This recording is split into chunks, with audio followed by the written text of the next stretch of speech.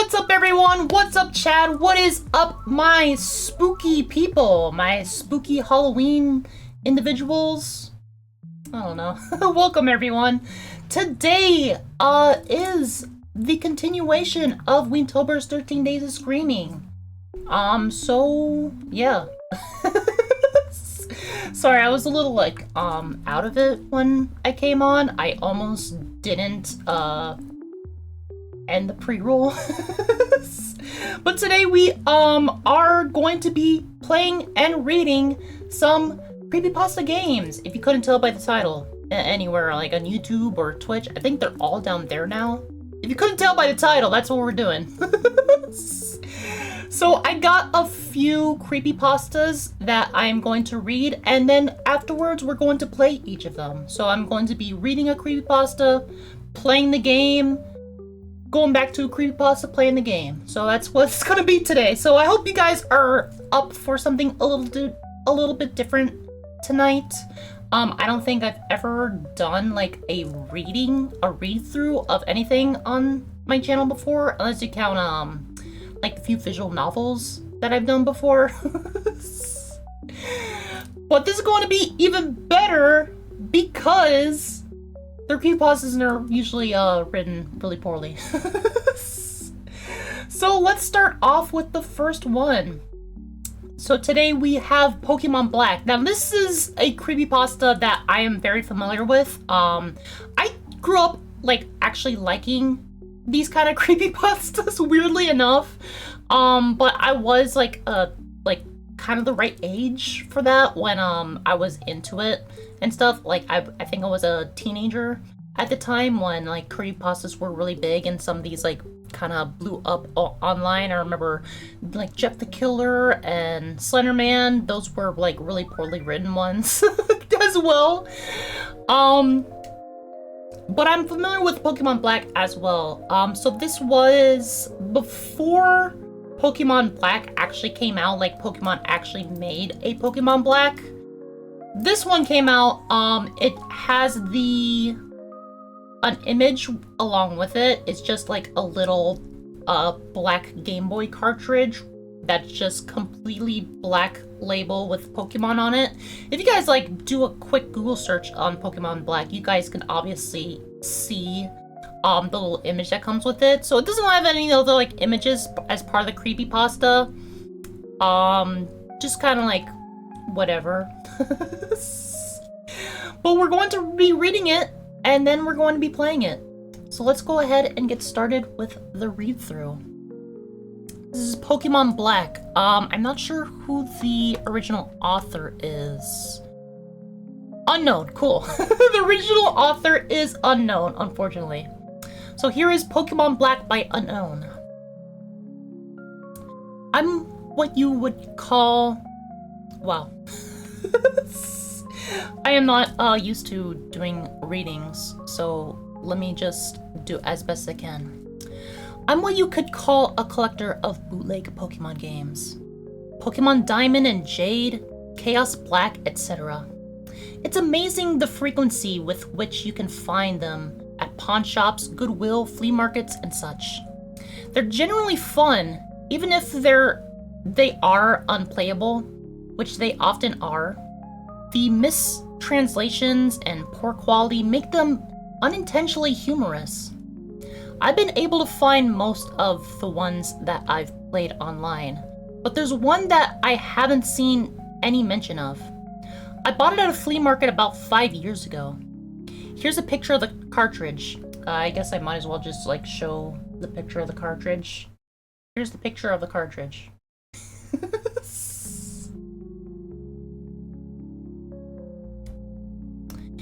In case anyone recognizes it. Okay. Here's a picture of the cartridge in case anyone recognizes it.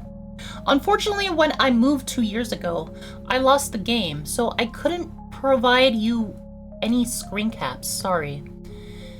Wait, then how does it have a picture of it? Whatever. The game started with the familiar Nidorino and Gengar. Sorry, oh my god.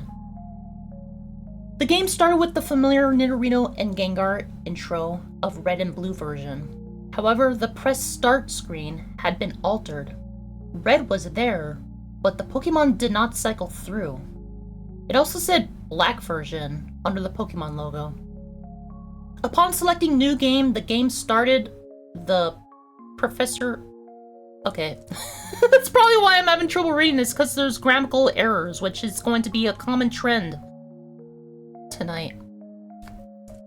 Upon selecting new game, the game started the Professor Oak speech, and it quickly became evident that the game was essentially Pokemon Red version.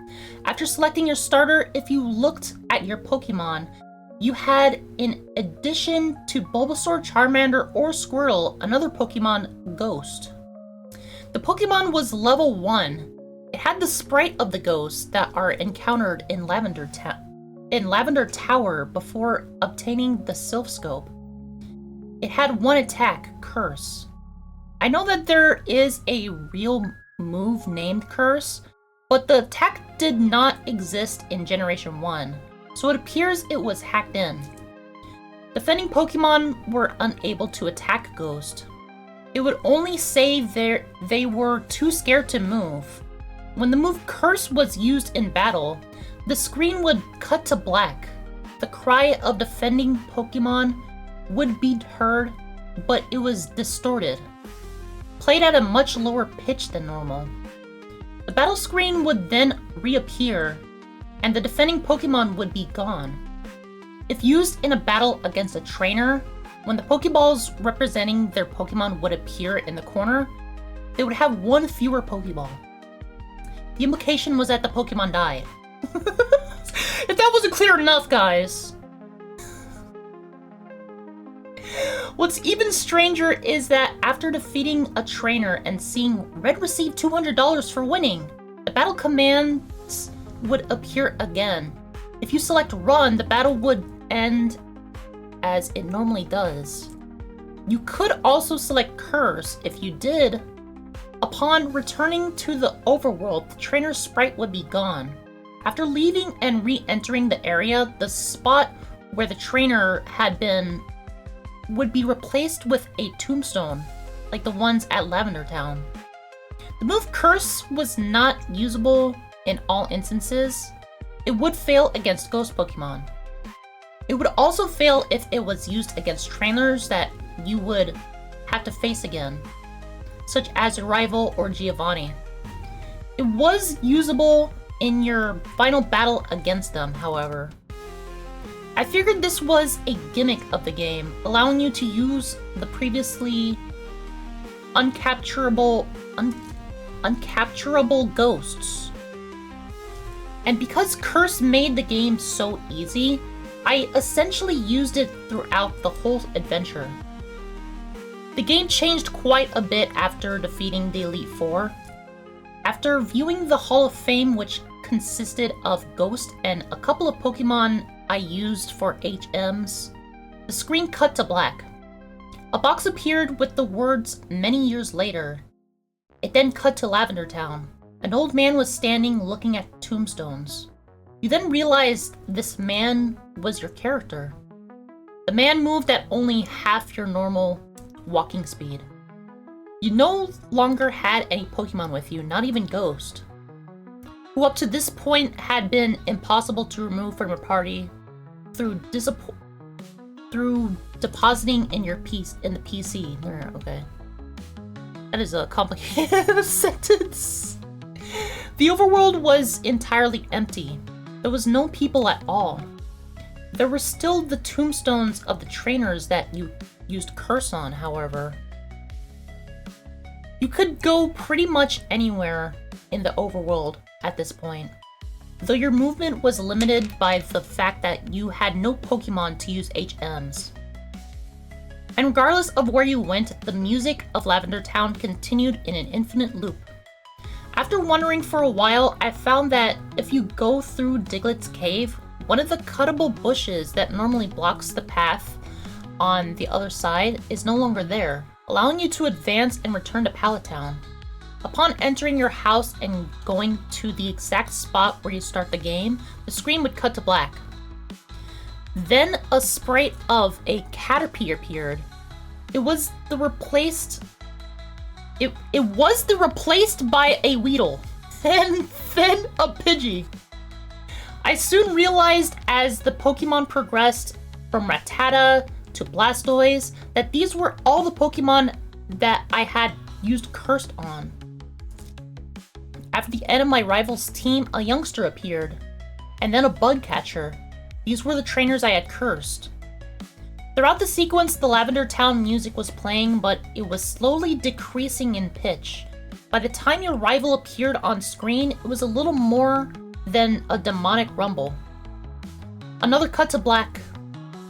A few moments later, the battle screen suddenly appeared. Your trainer sprite was now that of an old man. The same one as the one who teaches you how to catch Pokemon in Viridian City.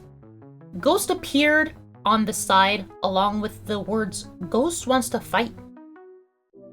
You couldn't use items and you had no Pokemon.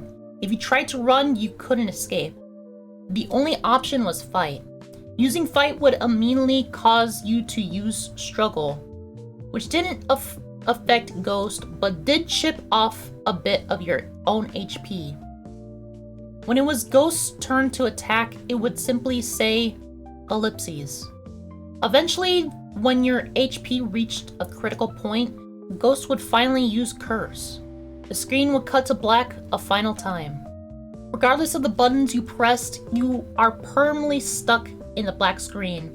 At this point, the only thing you could do was turn the Game Boy off. When you played again, New Game was the only option. The game had erased the file. I played through this hacked game many times, and every time the game ended with this sequence. Several times I didn't use Ghost at all, though he was impossible to remove from the party. In these cases, it did not show any Pokemon or trainers and simply cut to the climactic battle with Ghost. I'm not sure what the motives were behind the creator of this hack. It wasn't widely distributed, so it was presumably not for monetary gain. It was very well done for a bootleg. It seems he was trying to convey a message, though it seems I am the sole receiver of this message. I'm not entirely sure what it was, the inevitability of death, the pointlessness of it. Perhaps he was simply trying to morbidly inject death and darkness into a children's game. Regardless, this children's game has made me think, and it has made me cry. It's like, this game made me cry, guys. It was so scary, dude. Alright, anyways, now we're actually going to play the game. So obviously this game, this alleged, like, ROM hack or whatever, or bootleg, as he's calling it, was never a real game to begin with. This is obviously like an incredibly fabricated story, but it was sensationalized enough to the point where it like brought about enough attention to like garner kind of a cult following. So someone actually made a real ROM hack of the original Pokemon Red and Blue versions. I think this version was red that they turned into black. So we're going to see how accurate it is to the thing. If I can get it to full screen, thank you. So this is going to be very much like the original Pokemon game, I suppose. Let's see if my controller will actually like hook up. It's not. Okay, hang on. Just give me a second, guys. I set this up earlier, but obviously, this is like a little bit difficult. Okay, let's remove that device. Let's try to pair it again. Using this freaking Super Nintendo controller is like kind of like all over the place sometimes. Sometimes it works like flawlessly, and other times it's just like it's not gonna work for me right now. This black version! Alright, let's go to options. Oh, option. Yeah, let's do fast. There we go. Start a new game. Hey, Clockwork Animal, what's up? Hello there, welcome to the World of Pokemon. My name is Oak. People call me the Pokemon Prof. It's the Pokemon Prof, guys! This world is inhabited by creatures called Pokemon. For some people, Pokemon are pets. Others use them for fights. Myself, I study Pokemon as a profession. Alright. There's no tilt, so I'm not gonna bother with Pokemon. Let's just call a... let's call it something really bad. I mean, I could just, like, call him black. Like, you know, we call him red, right? It's Pokemon yellow or blue? It's red. No, it's black, actually. It's actually black. Well, what should I name my character? I never know what to, like, name, like, the main characters. I usually just, like, default to, like, my name and stuff. You know, I'm just gonna do that. I'm gonna just go with Jasmine. Invest myself more into this game. No, I'm all caps. Yeah, my name's Jasmine. I know I don't look like a Jasmine, but that's my name.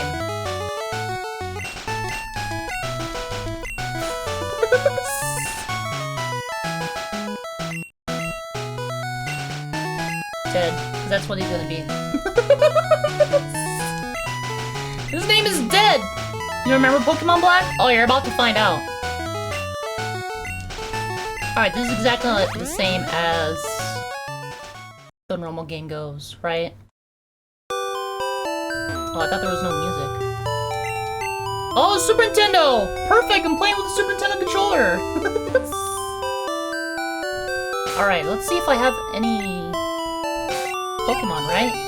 Oh, thank you so much, Clockwork Animal, for the Tier 1 subscription! Thank you for the resub. Wait, so do I not have any? Oh, okay, I don't have any Pokemon right now. Got it.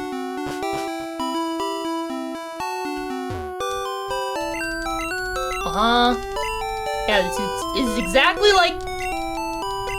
Okay, this is exactly like Pokemon Red and Blue.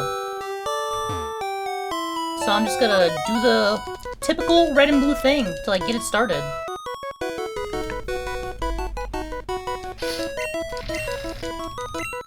I actually haven't played this version of the game before. Like, I'm familiar with the Creepypasta and everything, but I never actually played the game myself. Is this, too loud? This might be a little too loud. Hang on. Alright. I turned it down a little bit for you guys. Dead! Gramps! I'm fed up and dying!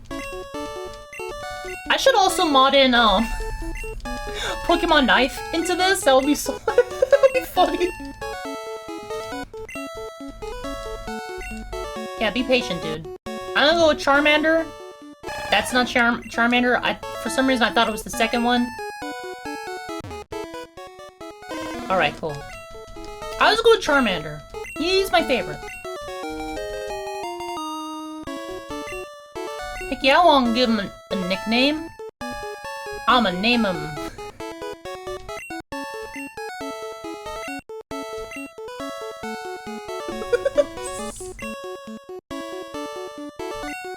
This is Roadkill over here.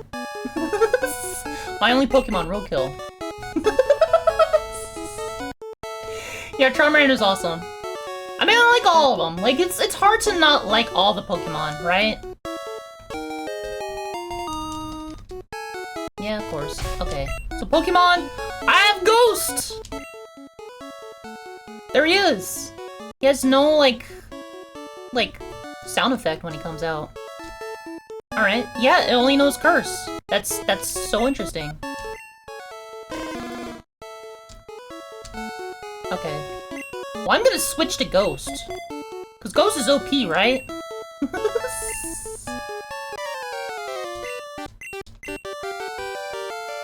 Yeah, come on me. You start with Bulbasaur? Yeah, my brother always started with Squirtle. And my brother was always like the freaking, like the Gary. between us. Go Ghost! Alright, use curse. Squirrel's too scared to move. Oh my god! Wow, that was a lot of levels. I guess it was only level 1. What? Unbelievable! I picked the wrong Pokemon. Now your Pokemon is dead, too. Well, I can still can I curse him? Oh, okay, yeah, because I gotta, like, run into him later. Alright. Wow, this is a pretty accurate ROM hack so far. That is so interesting, dude.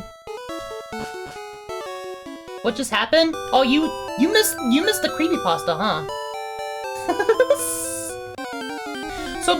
So this version is Pokemon Black version. So allegedly the person who bought this version, it was a completely black cartridge and everything. He had this ghost in his inventory, and every time he used curse, the implication is that the Pokemon or whoever like you're encountering with, like a trainer or something, they're dying. That's like the implication. And honestly, so far the game, the ROM hack that someone made is very accurate to how the creepypasta was. Okay, so, does this mean that I have to like go to like the market and everything and like run the errand and everything? Do I have to do that? Is this guy still here? Yeah, I gotta do stuff first. Okay, well, hang on a second. So I'm supposed to go to the market, right? It's been a while since I played like the original. Yeah, okay, here we go. It's been a while since I played the original Pokemon games. The last time I played it was actually for my channel. When I played another ROM hack, Pokemon Knife.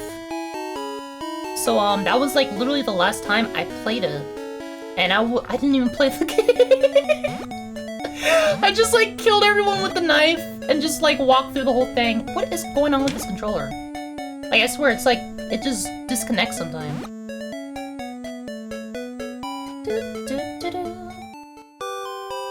Like I was holding the freaking button down and it just stops.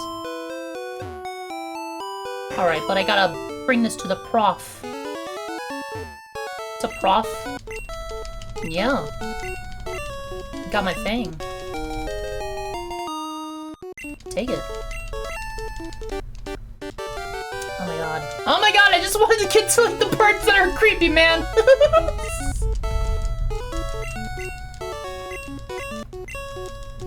Hey Jan, what's up? It's disorienting. NPCs that should be static with the location are vibrating around the screen. I mean, yeah, it's a ROM hack, so there could be like little glitches and everything. Does it matter the level of the Pokemon you curse? No, everyone dies automatically. Like, if you use curse on anything or anyone, like, they are gone. But if we get to some trainers, like, I can actually, like, showcase that.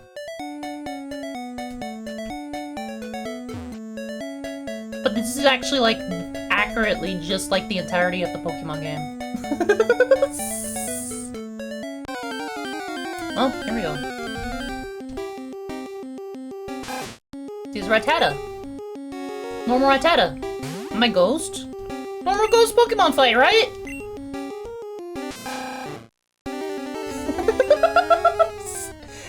And it's gone. It's gone forever. Rattata's not gonna show up in, like, the next Pokemon game. Alright? I'm gonna cause an extinction. I'm an epidemic. Okay. Wait, he doesn't have to, like, actually, like, show me the freaking how to catch a Pokemon, right? Oh my god! Keep walking! I'm not sure if this is because the ROM hack, or it's, like, actually just, stuttering or whatever, like the game. Or, like, my controller, rather. Yeah, see, any Pokemon they encounter, they're too scared to, They're too scared to move. Every time like you encounter one, it says like the Pokemon's too scared to move when they see you. Alright, now I'm finally getting to some trainers.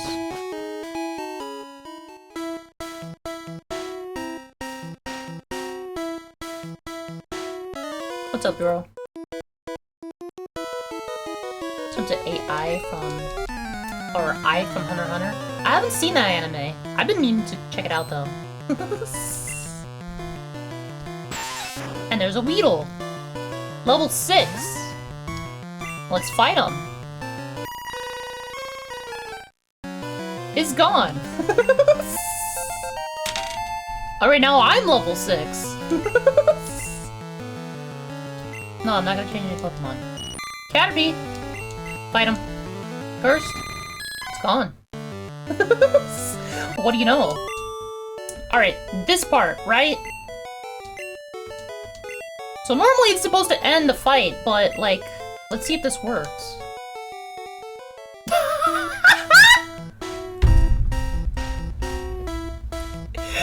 That's so cool, dude. That's so cool. He's gone. The trainer's gone forever. Oh my god, go! Keep going. Glad I got the antidote. This game's really cool so far. I'm really the story itself is ridiculous and everything, but the links that the person who made this ROM hack in particular went through to accurately like recreate it is incredible. That's like really impressive work. Like props to like whoever made this ROM hack. They did their homework, you know? Will Ghost learn new moves? Nope, it only knows Curse. It only uses Curse. That's it. So this is the whole game pretty much, I suppose. I don't know if I'm going to like get to the end, where he was talking about like if you beat the game and everything, like Oh, my controller disconnected. Also, I think my headphone's disconnected too. What the heck is going on? Oh, I got my headphone back. Controller! Come on! Does it matter the level of the Pokemon? Oh, I read that already. Never mind.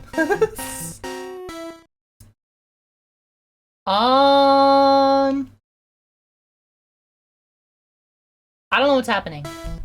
Oh, it's not just my headphones. It's the actual game that's like cutting out the audio. Just give me a second, guys. I gotta figure this out again. I think my computer just nixed my Super Nintendo controller, and I have to pair it again for some reason. I don't know why.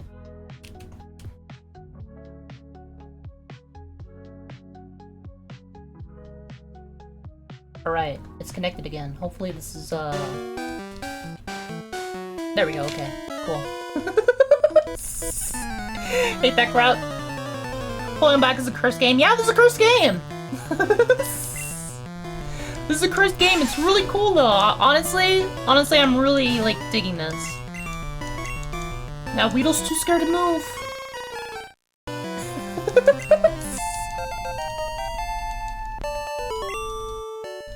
Oh man, I love like really good like ROM hacks and everything. That's why I made that video for like Pokemon Knife. Got that potion, that hidden potion. I remember that. This is exactly like Pokemon Red. Only it's not. It'd be fun if I could like go around like killing everyone else, like you can in Pokemon Knife. Man, that was a fun ROM hack. It's just like, and then I also added the walking through walls and everything. That was so much fun. Hey Brock! Brock, you ready for some of this? You ready for some of this? You want some of this? You want some of this? You want some of this? Scott wants some of this.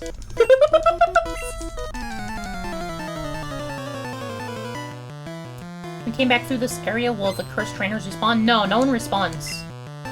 No one responds after this. Once they're dead forever.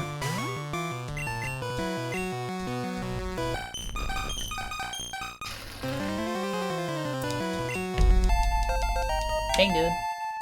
I know this is like kind of morbid, but okay, yeah, this is another thing in the creepypasta that they mentioned. That this trainer had 2 Pokemon, right? So they had 2 Pokeballs at the start. And now that I cursed that one that he sent out first, now he only has 1 Pokemon. So they're dead. Oh, I didn't wanna do that. Sandshrew? Sorry, bro. I like me some Sandshrew, but my ghost needs to feed.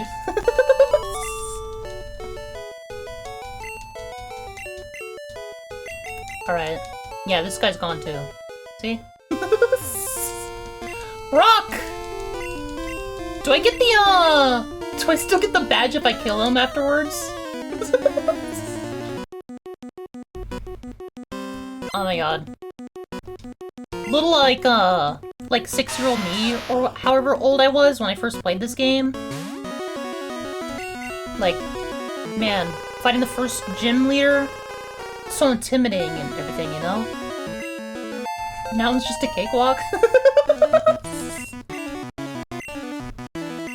Ah, dang it! I'm just mashing the A button. Oh, I'm too scared to move. That's why he died. Alright. I guess I'm gonna try my best to, like, speedrun this game as much as possible. Okay, so he gives me the badge here. That's good.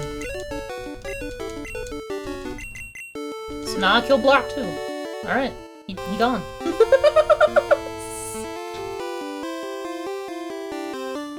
Oh.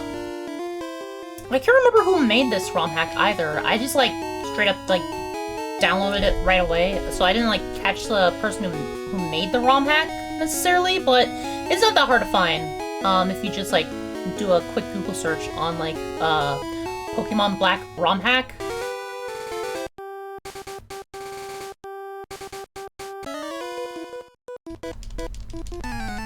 But I definitely, like, recommend checking this out. This is, like, really, like, a really neat little ROM hack. You want to play Pokemon to collect them all and level up every Pokemon to catch? Yeah. I mean, that's what you do, with the game, normally. But this, I think I want to beat it as quickly as possible. Freaking Christ, I keep doing that!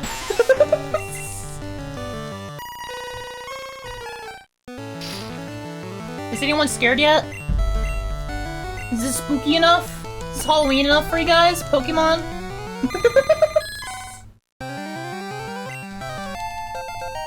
I'm level 12. How far should I go in this game? Cause like, if this is accurate to the creepypasta itself, then I'll be having to go through like the entire game until I go up to the Elite Four. And that's gonna...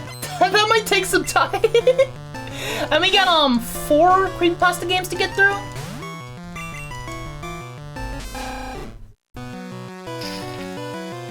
The story behind it is kind of spooky. Yeah, if you do, since you weren't here, like, when I was reading it, if you do, like, check it out and everything, like, it's pretty accurate. Like, everything that's happening in this is pretty accurate to, like, their initial creepypasta. Oh yeah, curse. Bye. Alright, I'm not gonna... I forgot about that. I was about to say, I'm not gonna fight all these trainers. Like, there's no reason for me to level up or anything. Oops. I've got last ones to fight. Last ones to die, more like.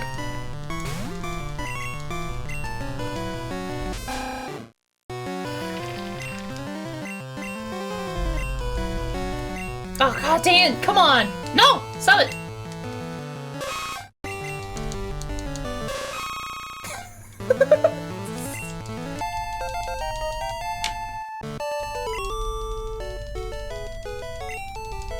Be nice!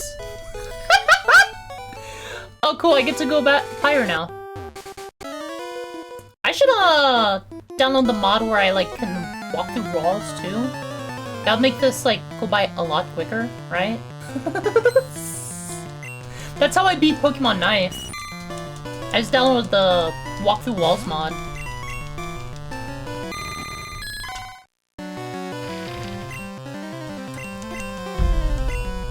Oh goddamn.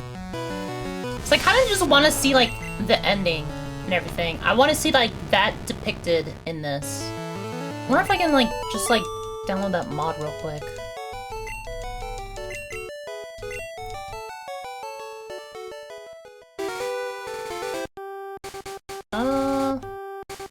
Yeah, I don't need to fight her. Should I just like download the walk through walls mod so we can get this game over with? Or do you guys actually want to see the entirety of Pokemon Red be played with a little ghost? So that's what we're about to do if we don't get that walk through walls mod. Oh my god. Yeah, okay. There's gonna be like the HMs and everything. I forgot about that. So I'm gonna actually let me save it real quick first. That wasn't the right button.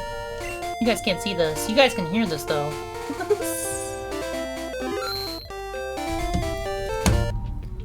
Alright. Let me get the walkthrough walls mod real quick.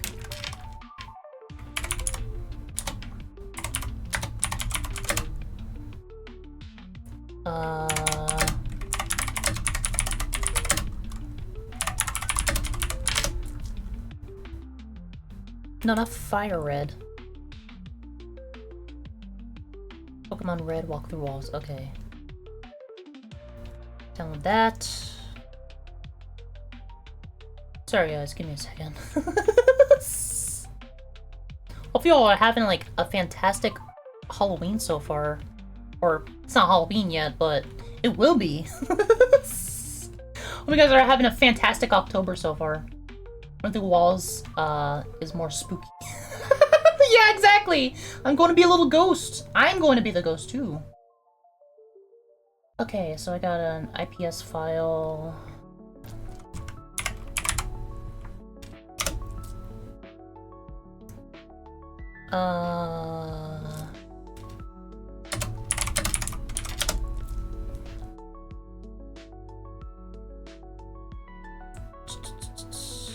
Bomb Patcher. Now I gotta find the freaking game. Where's it in Game Boy games? Pokemon Black. There's the ROM. And the hack is right. Oh, I should like extract this real quick. Sorry, I know you guys can't see anything, but this is not the first time I've done this.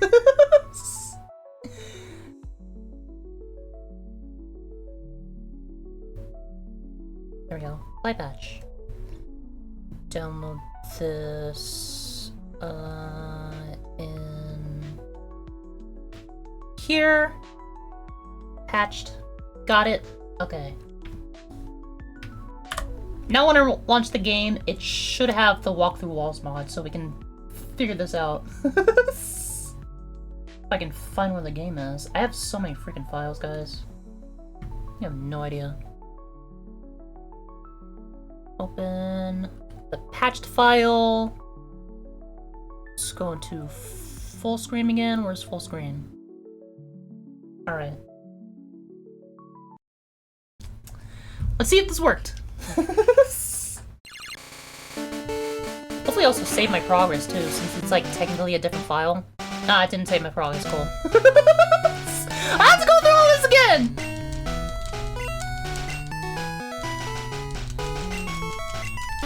Oh my god, do I have the fast forward option? No, I don't think I put that on. That's any of the, I don't care, just red. Yeah, and the other guy's blue. Don't worry about it. Blue, yep, that's it. Blah blah blah blah blah blah blah blah blah. Blah blah blah blah blah blah blah. Yeah, let's go.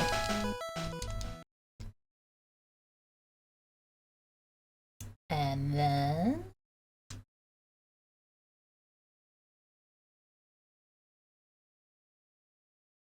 I crashed. Shit.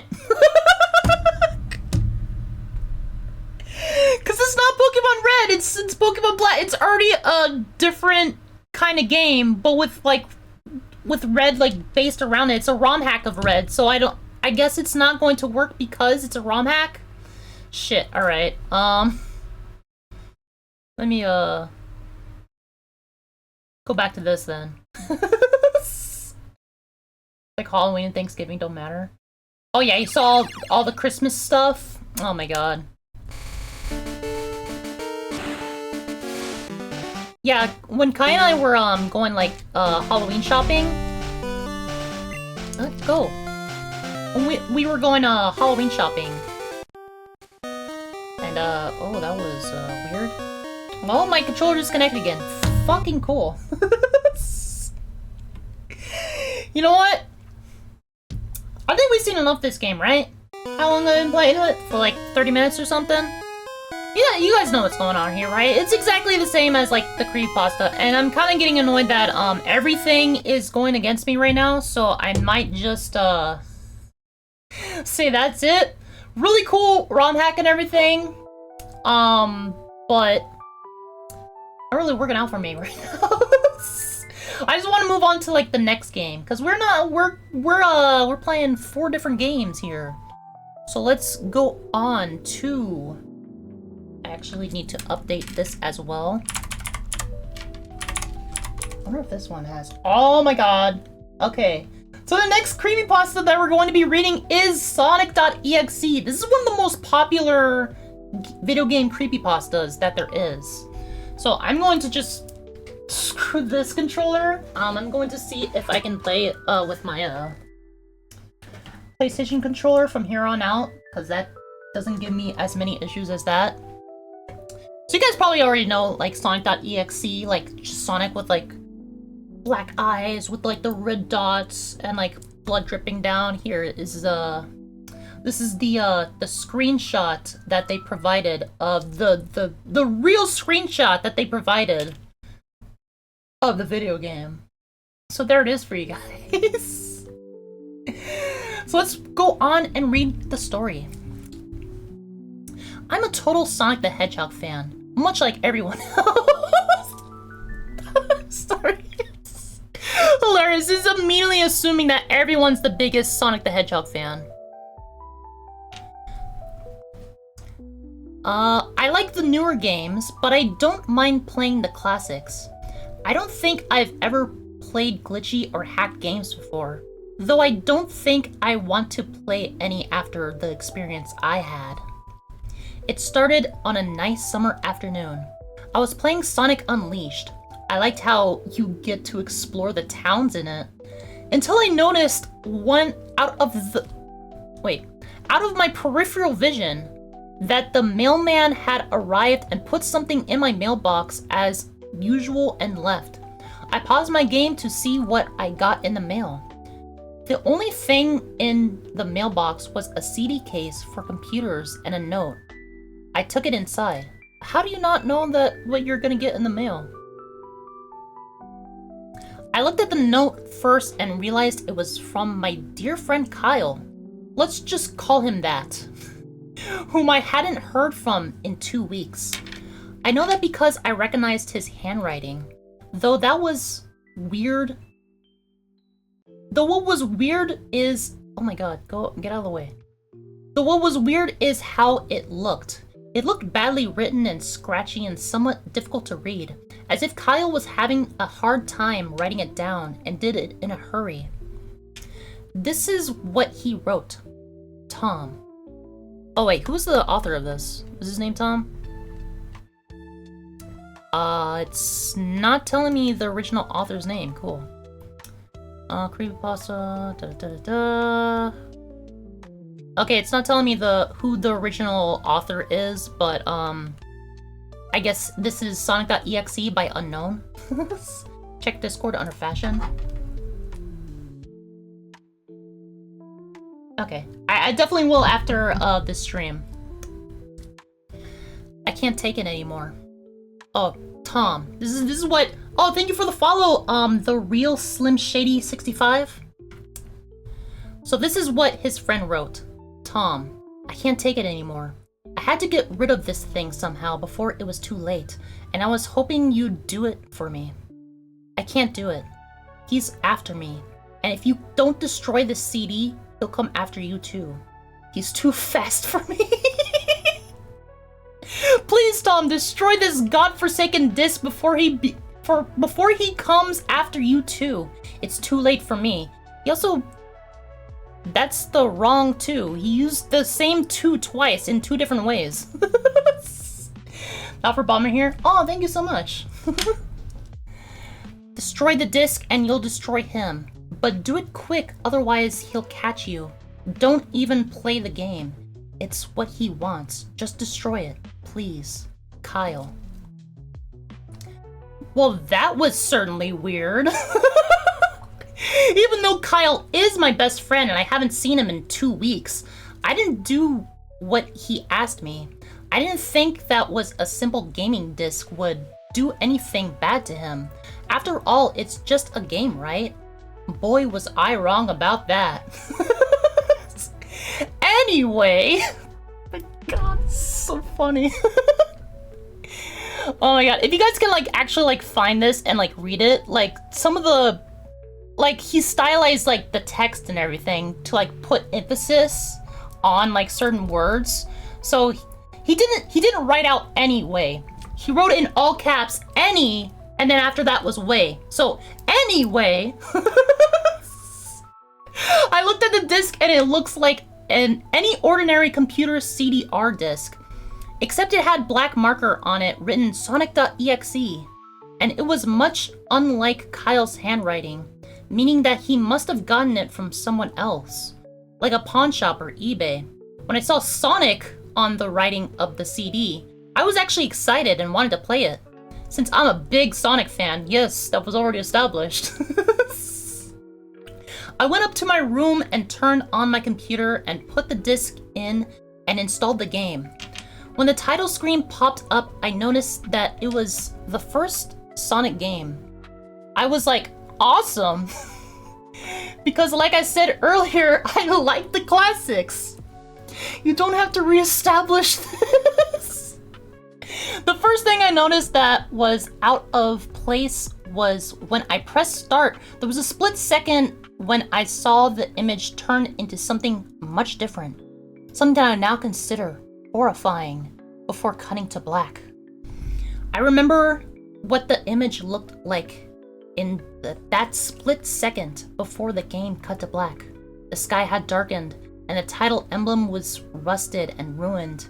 The Sega 1991 was now instead Sega 666, and the water had turned red like blood.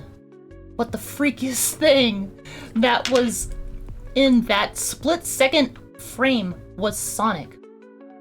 His eyes were pitch black and bleeding, with 2 glowing red dots staring right at me.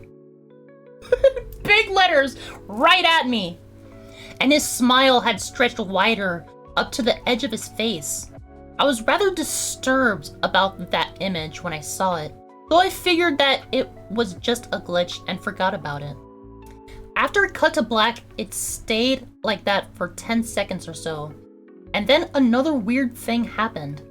The save file select from Sonic the Hedgehog 3 popped up and I was like, WTF? What's this doing in this first Sonic game?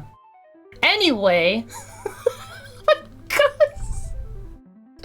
Oh my god, guys, it's so grammatically bad. Anyway, then I noticed something off. The background was the dark, cloudy sky of the Bad Stardust Speedway level from Sonic CD. And there were only 3 save files. The music was that creepy Caverns of Winter music from Earthbound. Why Earthbound? Only it was extended and seemed to have been in reverse. And the image for the save file where you see a preview of the level you're on is just red static for all 3 files. What freaked me out more was the character select. It showed only Tails, Knuckles, and to my surprise, Dr. Robotnik. Now I was sure that something was up. I mean, how can you play as Robotnik in a classic Sonic game, for crying out loud? I love this. That's when I realized that this wasn't a glitchy game. It was a hacked game. Yeah, it definitely looked hacked. It was really creepy, but as a smart gamer, I wasn't scared, or at least I tried not to be. I told myself that it was just a hacked game and there was nothing wrong with that. Anyways, shaking off the creeped out feeling, I picked file 1 and chose Tails, and when I selected and got started, the game froze for about 5 seconds, and I heard a creepy pixelated laugh that sounded an awful lot like that Kefka guy from Final Fantasy before cutting to black. Okay. He never established that he was a big Final Fantasy fan or Earthbound fan to begin with, to be honest. He's only mentioned that he loves Sonic, and that's all he's mentioned so far. The screen stayed black for about 10 seconds or more. Then it showed the typical level title thing, except the simplistic shapes were different shades of red, and the text showed only Hill Act 1. The screen faded in and the level title vanished, revealing Tails in the Green Hill Zone from Sonic 1. The music was different though. It sounded like a peaceful melody in reverse. Anyway, he uses anyway a lot. Also, he does not break his sentences apart. He uses like commas constantly and making a giant run-on sentence. Anyway, I started playing and had Tails start running like you would in any of the classic Sonic games. What was odd was that as Tails was running along the level, there was nothing but flat ground and a few trees for 5 minutes. That was when the peaceful music started to lower down into slow, deep tones, very slowly as I kept going. I suddenly saw something and I stopped to see what it was. It was one of the small animals lying dead on the ground bleeding. That was when the music started to slow down. You just said that! Tails had a shocked and saddened look on his face that I never saw him have before. So I had to move along, and he kept that worried look on his face. As he kept moving, I saw more dead animals, and Tails moved past them, looking more and more worried as the music lowers and he moves past more dead animals. I was shocked to see how they all died. They looked like somebody killed them in rather gruesome ways. A squirrel was hanged on a tree with what appeared to be his entrails hanging out. A bunny had all 4 of his limbs torn off, and a duck had his eyes gouged out and his throat slit. I felt sick to my stomach when I saw this massacre, and apparently so did Tails. After a few more seconds, there were no more animals, and the music seemed to have stopped. I still kept Tails to continue.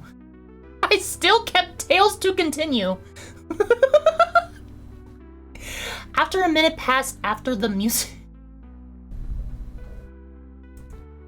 After a minute passed after the music stopped, Tails was running up a hill and then he stopped. It wasn't until I saw why. Sonic was there on the other side of the screen with his back against Tails, with his eyes closed. Tails looked happy to see Sonic, but then his smile faltered, obviously noticing that Sonic wasn't responding to him, if not acting as if he was totally oblivious to Tails' presence. Tails walked slowly towards Sonic, and I noticed that I wasn't even moving my keyboard to make him move.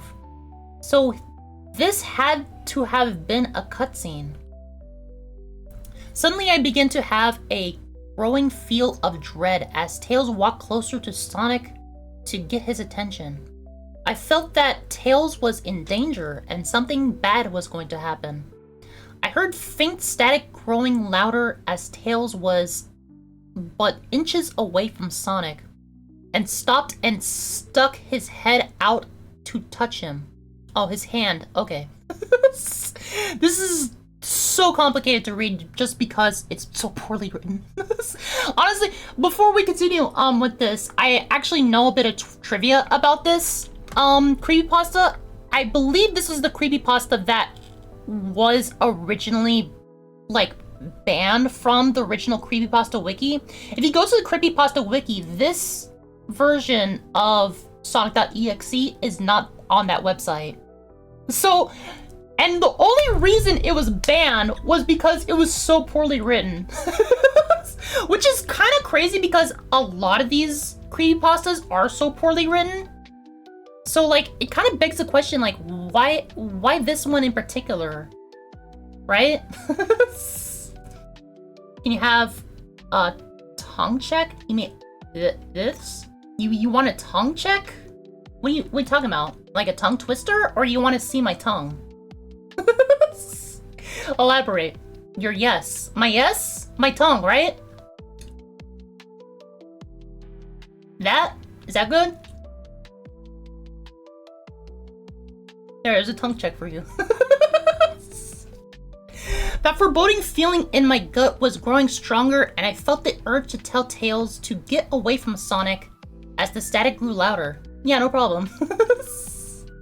Suddenly, in a split second, I saw Sonic's eyes open, and they were black with those red glowing dots, just like that title image. Okay, first of all, okay, that's a comma. I guess it looks like a period, but I guess it's a comma. And that's supposed to be though, but it says thought. Thought there wasn't a smile. When that happened, the screen turned black and the static sound was off. You'd want to see the creepypasta for yourself. Yeah, I mean, it's easy to find if you like type in sonic.exe creepypasta, but we're going to be playing the game as soon as we finish the story. It stayed black for about 7 seconds, and then white text appeared, forming a message saying, "Hello, do you want to play with me?" At this point, I was creeped out. I didn't want to continue with the game, but my curiosity got the better of me when I was taken to a different level, with the level title now saying Hide and Seek. This time I was in the Angel Island level from Sonic 3, and it looked like everything was on fire. Tails looked as though he was scared out of his wits this time. He actually looked at me and made frantic gestures to me as if he wanted to get out of the area he was in as fast as possible. I was starting to get freaked out by this. I mean, Tails was actually breaking the fourth wall, trying to tell me to get him out of there. So I pressed down on the arrow key and as hard as I could and made him run as fast as he could. Why down on the arrow key? Oh, I guess he means he pressed down on the right arrow key. Not he pressed the down arrow key. Jesus Christ. A pixelated version of that creepy theme when you meet Shadow at the Ark as Robotnik from SA2 was playing as I made Tails trek through the desolate forest, trying to help him escape from whatever he was trying to run from. Suddenly I heard that creepy laugh again, that awful Kefka laugh.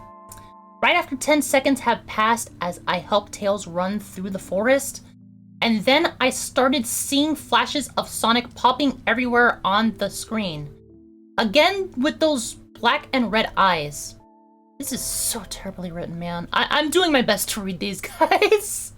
I hope you have some patience for me. The music changed to that suspenseful, drowning jingle as I see Sonic behind Tails, slowly gaining up on him. Flying! Sonic wasn't running, he was actually flying. The flying pose was his sprite was making looked very similar to Metal Sonic's flying pose from Sonic CD, except it was just Sonic and he had a black and red eyes again only. This time, he had the most deranged looking grin on his face. He looked as though he was enjoying the torment he was giving the poor little fox, and he gained up on him. Suddenly, when Tails tripped, another cutscene, the music stopped and Sonic vanished. Tails laid there and started crying for 15 seconds. Did he time each time like something like this happened? Like each time the screen cut out, he like looked at his phone and like, okay, this was 10 seconds. 15 seconds, he was crying for 15 seconds. Exactly, on the dot. The scene was rather upsetting to watch, and I kind of teared up myself. But then Sonic appeared right in front of Tails, and Tails looked up in horror. Blood started to come down those blackened eyes of Sonic's as a grin slowly grew from his face, and as he looked, oh my god, as he looked down at the horrified fox, I could do nothing but watch. Just a split second, Sonic lunged at Tails right before the screen went black. There was a loud screeching noise that only lasted 5 seconds again. The text returned, only this time it said, "You're too slow. Want to try again?" And then that god-awful laugh came with it. We were searching for Creepypasta Sonic game to download, but you guess it's just a story. No, it's actually a game too. I think it's a little hard to find. I have it downloaded, so I'm going to be playing it as soon as we finish this. I was so shocked by what had happened. Did Sonic murder Tails? No, he couldn't have. He and Tails are supposed to be best friends, right? Why did Sonic do that to him? I shook the Hang on, guys. He shook the shock off. I shook the shock off as I was brought back to the character select. The save file that had Tails was different. Tails was no longer in the box itself, but the TV screen itself. What? Oh, hang on. I need to read that again. I shook the shock off, but as I was brought back to the character select, the save file that had Tails was different. Tails was no longer in the box itself, but the TV screen itself. That doesn't make any goddamn sense. Which was flickering with that red static. Tails' expression scared me. His eyes were black and bleeding. His orange fur was gone black. His orange fur had gone black, and he had an expression of anguish on his face. Trying to ignore it, I picked Knuckles next. The laugh came out of the screen, cut to black again, and stayed there for another 10 seconds. This time, the level said, "You can't run." I was really freaked out by now. I couldn't really tell if this was a glitch, or a hack, or some kind of sick twisted joke, or anything really. But despite my fear of what happened next, I kept playing. You have to get ready for work.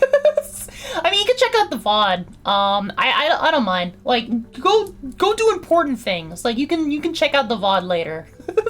Have a good rest of your workday though, Clockwork Animal. The next level looked much different. It had the ground of the Scrap Brain Zone, but the sky background looked like the main menu. It had the dark reddish cloudy sky, but it was the music that creeped me out the most.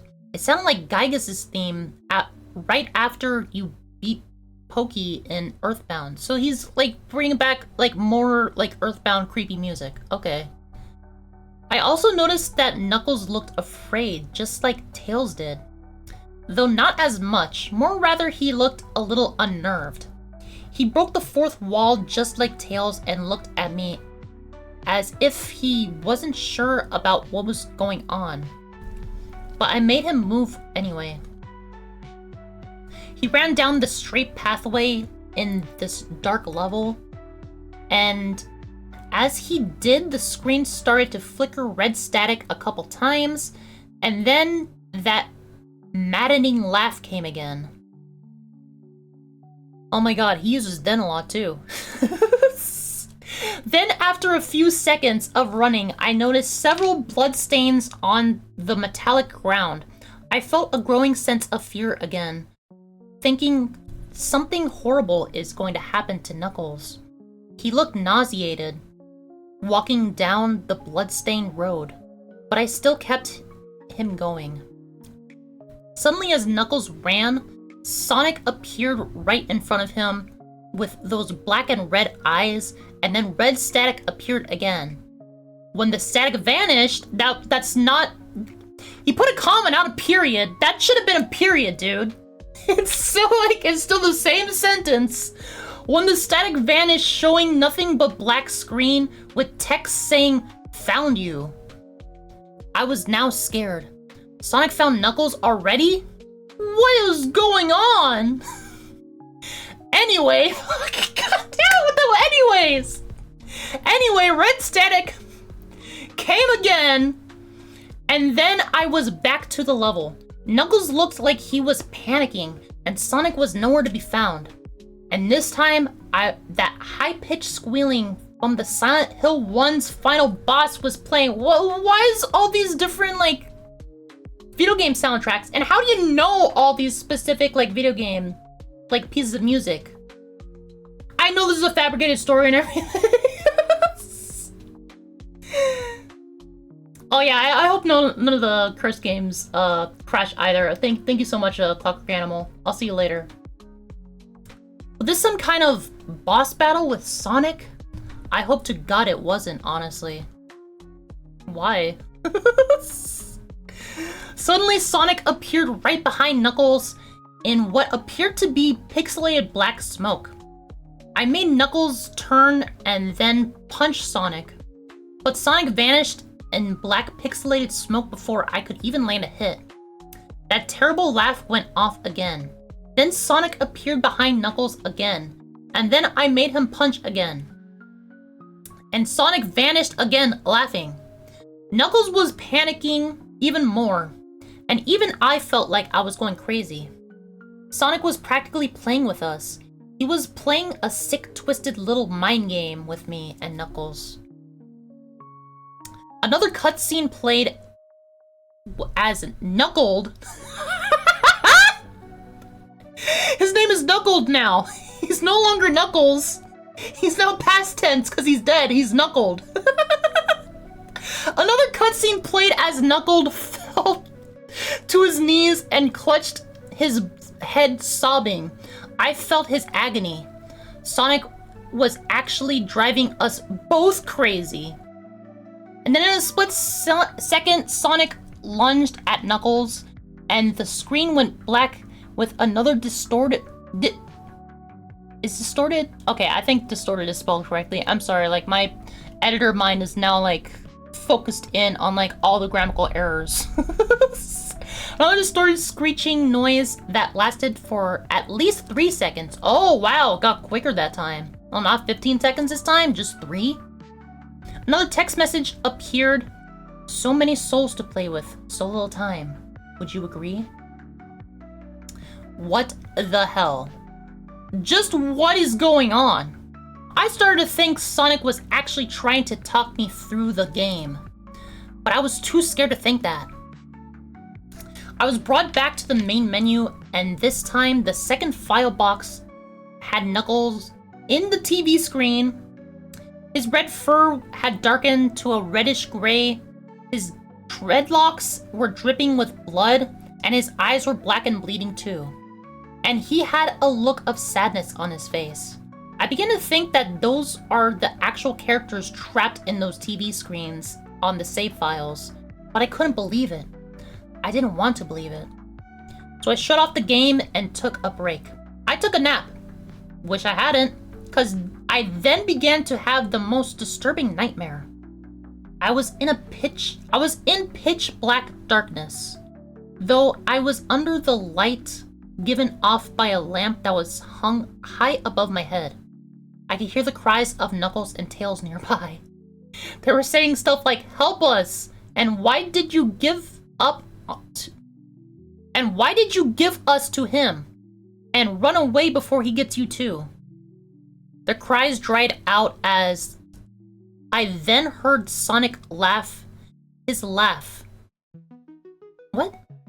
Their cries dried out as I then heard Sonic laugh, comma, his laugh, ellipses. It sounded a lot like the distorted Kefka laugh. "You were a lot fun to play with, kid. Just like your friend Kyle. Though he didn't last long." I was scared and looking around for the source of the voice. "Won't be long now until you join him and all my other friends." I saw him walking toward me, flickering in and out in several directions. "You can't run, kid. You're in my world now, just like the others." When he grabbed me and I saw his bleeding, black and red-eyed, grinning face, I woke up with a fright. After a couple of hours, I decided to continue playing the game. Why would you go back? What? The other characters were telling you to run. Don't do this. I don't know why. I had to know. I had to figure out why this was happening. So I turned on the computer, turned on the game, and selected Robotnik next.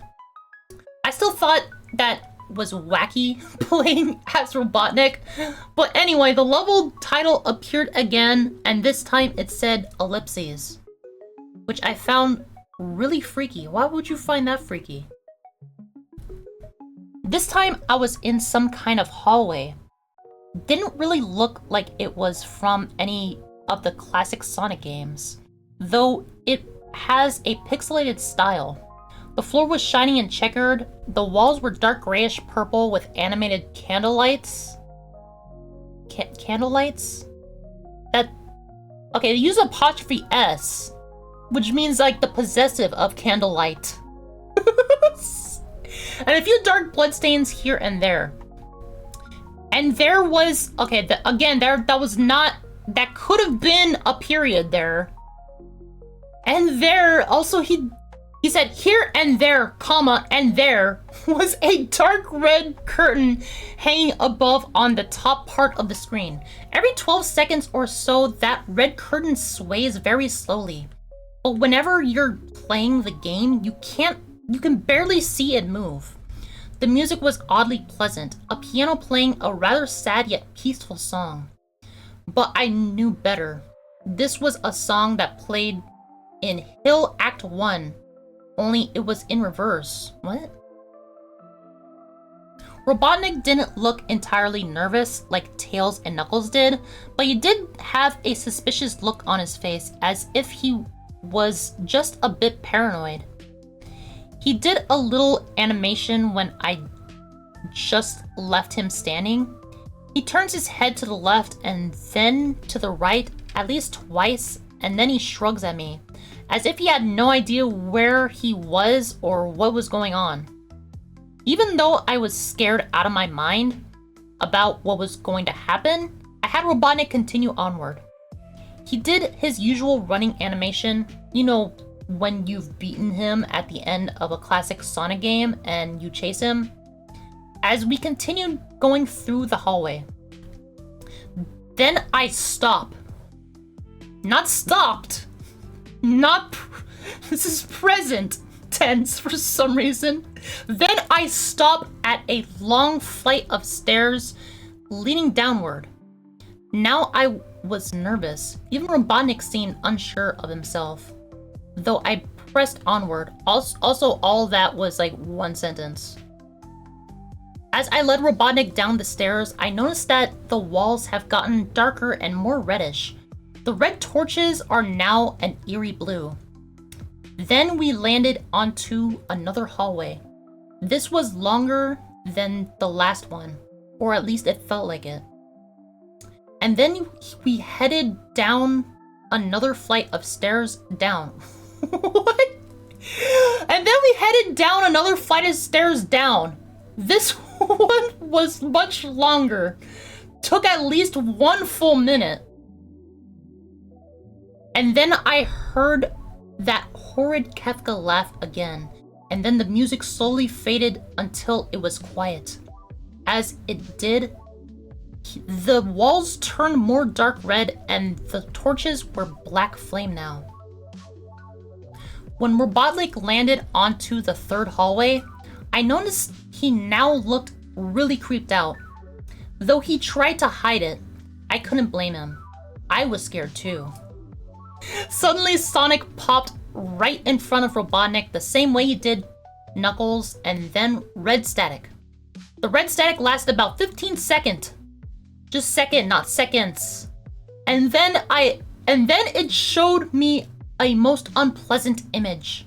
The image showed an image of Sonic standing in the darkness where you can only see his face while his head and torso faded into black. He looked so real you could actually see the lines of blue fur, as if you could actually feel the fur if you touched the screen. His face, oh god, he had the most horrifying smile I had ever seen. And that's saying something considering I saw that image at the start of the game. His eyes are wide and black, and once again crying blood. And there were 2 small glowing red dots in those black eyes staring right at me. You said all this before. He literally copy and pasted. He copy-pasted in his own copy-pasta. As if staring into my mind. His grin was wide and demonic. It literally stretched to the sides of his face like a Cheshire cat, except Sonic had fangs, very sharp fangs. Much like the werehog's teeth, except more vicious looking. Somewhat yellowish, and from the look of it, he had stains of blood and a small bits of flesh on his lips and fangs, as if he ate some animal. I stared at the gruesome image for a good 30 seconds, never taking my eyes off it. I felt as if he was actually looking at me, smiling at me. That face. It just took 10 seconds for it to etch itself into my brain for good. Well then why'd you stare at it for 30? Then the screen flickered with red static again 3 times. And on the 3rd time, I heard the Kefka laugh. Except this time, it sounded distorted, demonic even. It went back to the image again, except that this time, there was a text again though it was messed up. But it was pretty much one of the most horrifying things I looked at since I had this game. I am God. It was when I read this message while looking at Sonic when it hit me. I realized right there and then, the Sonic was a monster. A pure evil, sadistic, all-powerful, nightmarish, demented monster. And all of his victims, including Tails, Knuckles, Robotnik, and possibly Kyle, are just his little toys. And the game is the very gateway into his chaotic, nightmarish world, and the very hell his victims are trapped in. Suddenly, in an actual split second, I screamed as Sonic lunged at the screen, screeching loudly with his mouth wide open, to an unnatural length, revealing nothing but a literally spiraling abyss of pure darkness before the red static came again. This time much louder and distorted. So loud that it hurt my ears. I yelled and grabbed my ears as the red static screeched for a good 7 seconds. Then it stopped and showed nothing but black screen. As I sat there staring at the black screen, one last text came up. Ready for round 2, Tom? The Kefka laugh now sounding more clear as if Sonic was right behind me. Played again 3 times and I looked at the text in shock and confusion. Then I got booted back to the main menu, and this time the third save file had a TV image of Robotnik in the same tormented state as Tails and Knuckles. Robotnik's skin turned a dull gray. His mustache drooped, and had blackened.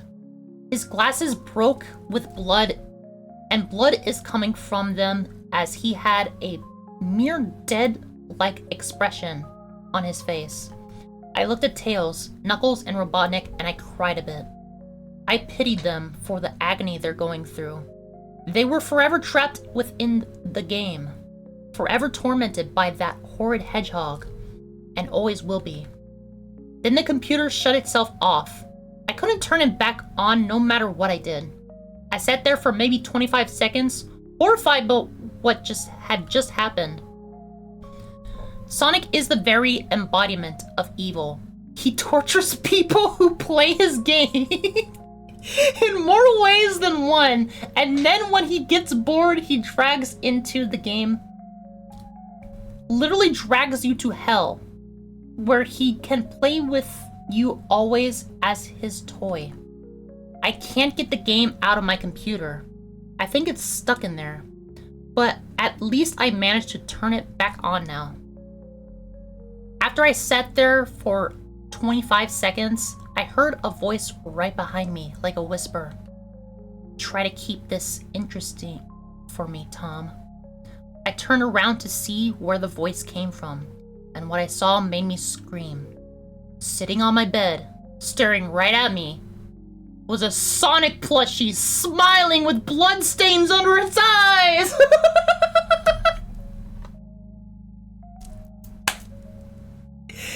And that's the end of the story! So this story, first of all, it's very poorly written. Second of all, like, despite that, it became a phenomenon almost immediately. People love this creepypasta. Some of them probably ironically because it's like so terribly written, but it actually like captured people's imaginations and like kind of made a new like subgenre of like these kind of like creepypastas. Nowadays it's like very common to see like characters with like black eyes and like the little red dots and like crying blood and everything. But I think this was the creepypasta that started it. I may be wrong in that, but nevertheless, like, Sonic fans are crazy. People know that by now. So they really digged hard into this game, and actually someone out there, crazily enough, made a ROM hack of it. So that's where we're gonna play next. Obviously. So this is sonic.exe, guys. Alright! Well, already the Sega 666 appeared in the bottom right corner, but it didn't have the Sega logo, so immediately, like, it's already kind of off. I don't think you can use controller with this. I mean, he used the keyboard in the story, right? We got the Kefka laugh! Oh my god! It's real, guys! Act 1. Okay. Yeah, right, Tails? You don't look like that paranoid or anything, right? Wow, it's a classic Sonic game. Uh-huh. Oh, no! Tails doesn't look very concerned about that, honestly. I thought he was supposed to look more worried. Yeah, this is gross. Sonic, what have you done? My best friend, Sonic! How have you done this? Oh, can't do anything now. Can't jump. For some reason when I was jumping, like he was jumping backwards? Oh no. Sonic! My friend!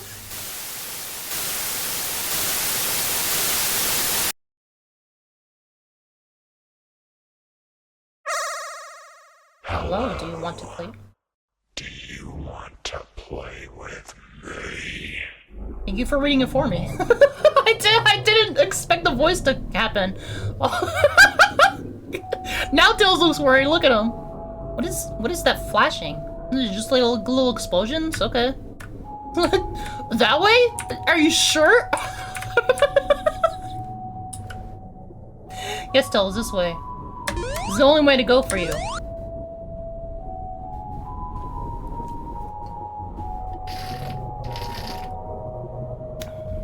Oh man, I should get some rings. Let me know if you guys. Oh shit!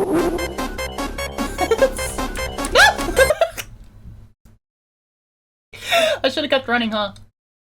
Oh, poor Tails. I will eat your heart. Who did the voiceover in this game? I don't come in though, man. You're too slow. Not to try. Okay.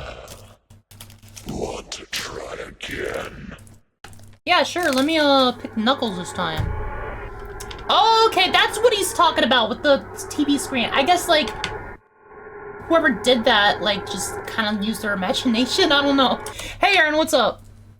You familiar with sonic.exe? That's what we're playing right now. You can't run.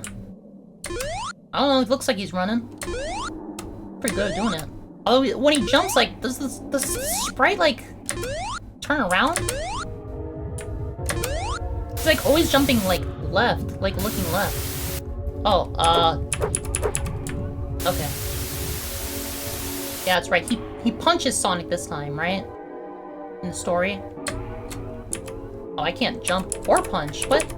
Oh, I can punch. Ah! Punch him. Found you.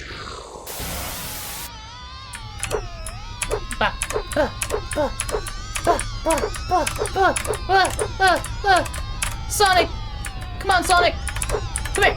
Come here! Come here, bastard! I can get out here. You will All right. die at my hands.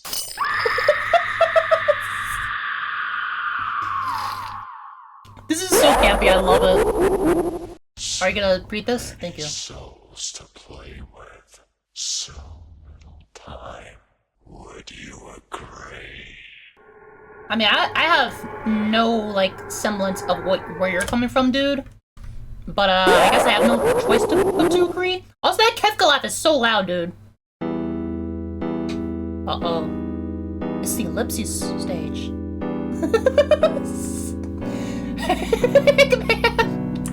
Man. Just really worried about this. Oh, I can't jump either. So I'll just hold right. This is just holding right the game.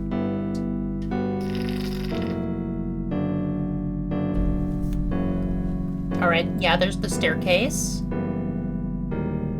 Oh, the blue fire! The blue fire, just like the creepypasta! My computer's not gonna turn off, right? That was also part of it. That when I read that part, I'm like, I'm a little worried. Is this game going to crash my computer? Then I won't be able to like turn it back on. It's like, I'm streaming, dude. Uh-oh. Sonic, no!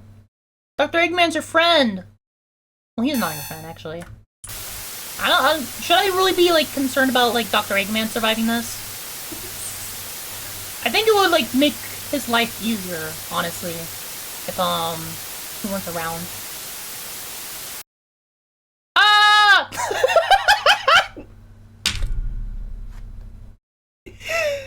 Yeah? Uh-huh. Oh yeah, this goes on for 30 seconds. That's right, that was part of the creepypasta, where this image is just there for 30 seconds, right? I can't skip it either. Oh, okay. Oh no, he's God! I mean, to some people he kinda is.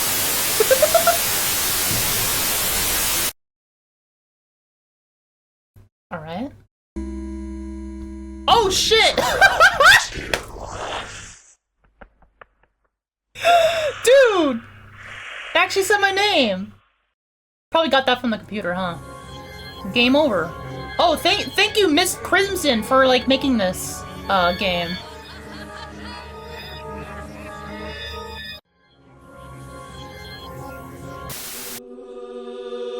What? What does that say? Hang on. Oh, hang on. Don't go anywhere. Don't go anywhere. Google, translate. Come on, come on, come on. Oh, come on, dude. There is a way to free ourselves. There is a way to free ourselves. A spell to get our souls again. We have to speak it, but when we speak, there is no sound. We are all deaf. So failure is inevitable, and I'm still in bed with my inner demons and regrets. Immortality versus soul snatcher. What? Excuse me? Immortality versus soul snatcher. Jake Shanley versus Gary Crook. Ambition is overrated. What the fuck does any of this mean?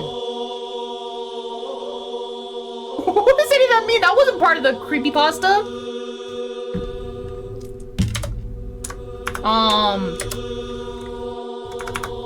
mean, that's it though, right?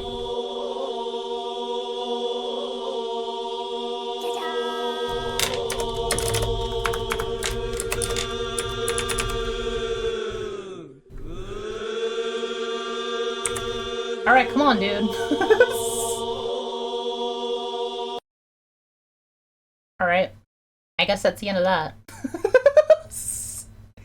Anyways. Sonic.exe! Pretty decent, ROM hack, or mod, I guess. I don't even know if it's like a mod hack or a ROM. Or mod, rather. Not ROM. It's more like just a fan game, right? It's a pretty decent fan game, honestly. Not gonna lie. I still enjoyed Pokemon Black a little more. I just think it was more accurate to the story.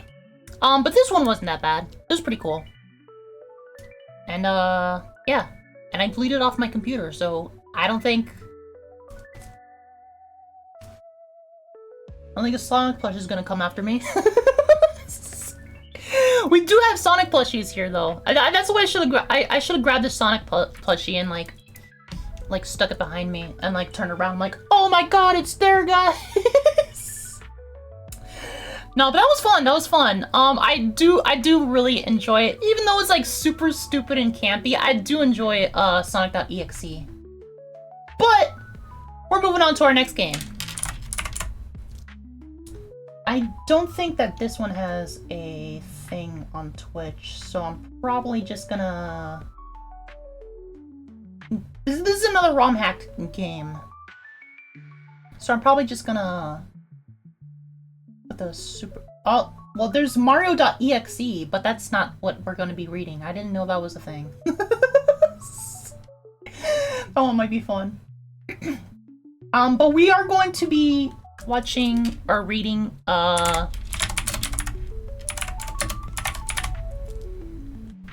Super Mario World. Super Mario World. This is the ROM hack of Super Mario World, but the story itself is just called Mario with big letters, so it's all capitalized, just Mario, right? So this is what the title screen looks like. Mario, right? So this is Mario by, let's see if this one has...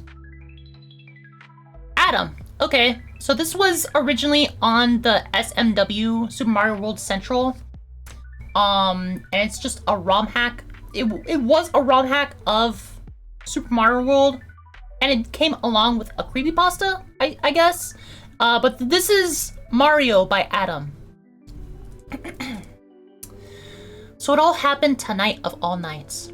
I was bored, obviously contemplating what I thought I could do to waste time as I chatted with the people in hashtag SMWC, guys! Yeah, Super Mario World Central. We had good times and I shared a few laughs together. Out of boredom, I decided to patrol the hacks waiting to be moderated section. Seems that we had quite a bit, 33, if I recall correctly. The first few hacks I saw when I sorted them by date were a couple of really horrible ones with bad screenshots to boot. I naturally showed these hacks to the Centralites? Hang on. This is a real word? A class of organic compounds used as stabilizers in smoke. Okay, it's a real word, but I have no idea what that means in this context. I naturally showed these hacks to the Centralites currently on hashtag SMWC. I guess it's like people? I guess it's people, that's what they call themselves on that website. I don't know, I'm not familiar with the website itself. We were laughing at how bad some of them were, but then got to a hack called Mario. Just that, nothing more, nothing less. The description seemed quite odd, as if some Japanese hacker was trying to translate the original plot of Super Mario World and failing horribly. I showed this to Kyron, and he started laughing at it. It read as follows. As you play the role of Super Mario Plumber, verify that you are beautiful Princessu Tezutoru. Again, Bowser kidnapped the evil king. It is your job to save her. This hack includes 6 levels of very long. I simply dismissed it as someone trying to act Japanese and release a crappy hack with some edits. That's what I thought it was at first. Curiosity got the best of me. I decided to download the hack. I didn't know what I was in for, since the single screenshot of it was just the title screen with nothing but the letters Mario from Super Mario World's title screen. I thought it was a little odd how there were no dates or anything either, as hackers usually place their names and dates in the titles and to mark when the project was started. So when I opened the hack, I was greeted by 2 files, one called 3007014, a simple.txt file that was 27 gigabytes in size, and the IPS file, simply named Mario. For some odd reason, I wanted to see what the author of the hack had to say, but when I opened the hack in Notepad, there was nothing but indistinguishable symbols and letters and punctuation, sort of like how when you open ROM in a text editor like Notepad. Seems like the author just completely copied the ROM text file form, though I could be wrong. Taking a closer look at the top of the text file, mixed in with the gibberish, I found the only thing that looked like English there. Here's a piece of what I found. Find me, find me, find me. Okay, yeah, it's just like a text file. There's a bunch of gibberish, and then it says find me, find me, find me over and over again, and then more gibberish. To be honest, I didn't know what to make of this. I eventually decided it was simply a waste of some of my time by making me find some text in the gibberish file. That I'm willing to bet no one will ever be able to make sense of. I decided that because my interest was growing steadily, I would start looking through my horribly disorganized download folder for a copy of a clean ROM, which I had downloaded a great deal of time before the events of tonight unfolded, and an IPS patcher. Of course, my choice for the job was Lunar IPS. That's a good one. So I then proceeded to move the ROM and the IPS patcher to the folder with the hack. This is really cool so far. I'm just gonna pause here real quick because I am getting tired of reading so much. This is the last long one. This is the longest of the 4 that I have here. But I'm going to actually like commend the person who like wrote this. It does seem like way more plausible than these last two games, which it just happened to be at some yard sale and I explicitly lost it. And the other one was like, I just received a letter or the game in the mailbox from my friend who like sent it to me and everything. And it's like it's kind of ridiculous immediately. This one has some semblance of like, this could be real because like people are posting like ROM hacks all the time and everything. And it's also like giving you like a kind of like a tutorial to like play the game yourself too. I'm pretty sure this creepypasta released alongside the ROM hack. And it's telling people like how to like actually like patch a ROM hack onto like a clean ROM file. So that's really cool. I patched the ROM not knowing what to expect next, and I quickly hurried to drag it to ZSNES. So he uses ZSNES, okay. And play what I thought was to be terrible in the form of a ROM image. I noticed on boot up that the author had taken the time to change the header of his hack. Instead of the usual Super Mario World you normally see when booting up a ROM in the ZSNES, it had letters Mario there again. At this point, I gained a little hope because normally people who do horrible half-assed edits to the ROM generally don't know enough to change the header file or title. I thought I wasn't wasting my time with this, and my mood brightened slightly as the thought of seeing what the author had to offer in his interesting little hack. It's a little boring though, the pacing of this story. But at least with the last two, like immediately went into the game and everything, and like all the creepy stuff was happening and shit. But with this one, it's like the whole setup of like launching the game and everything. That's a little like boring. The title screen loaded, exactly like it would with Super Mario World, except it had just Mario on the title, like I had mentioned earlier. Something else had grabbed my interest, more so than the usual absence of layer 3 tiles on the title screen.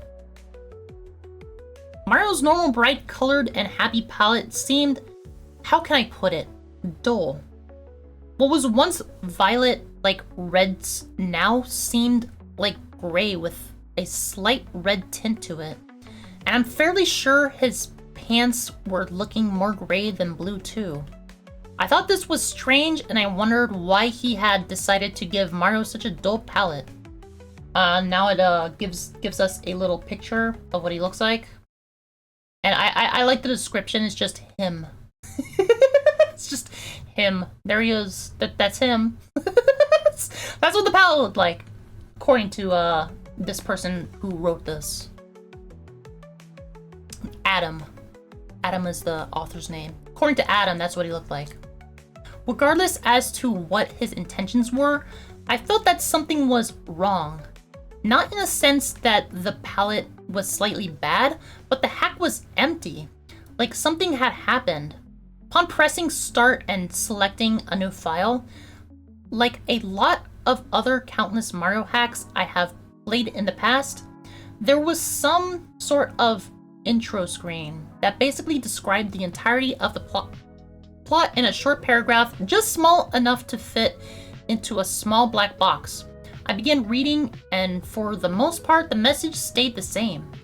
But there was one key factor that made this interesting.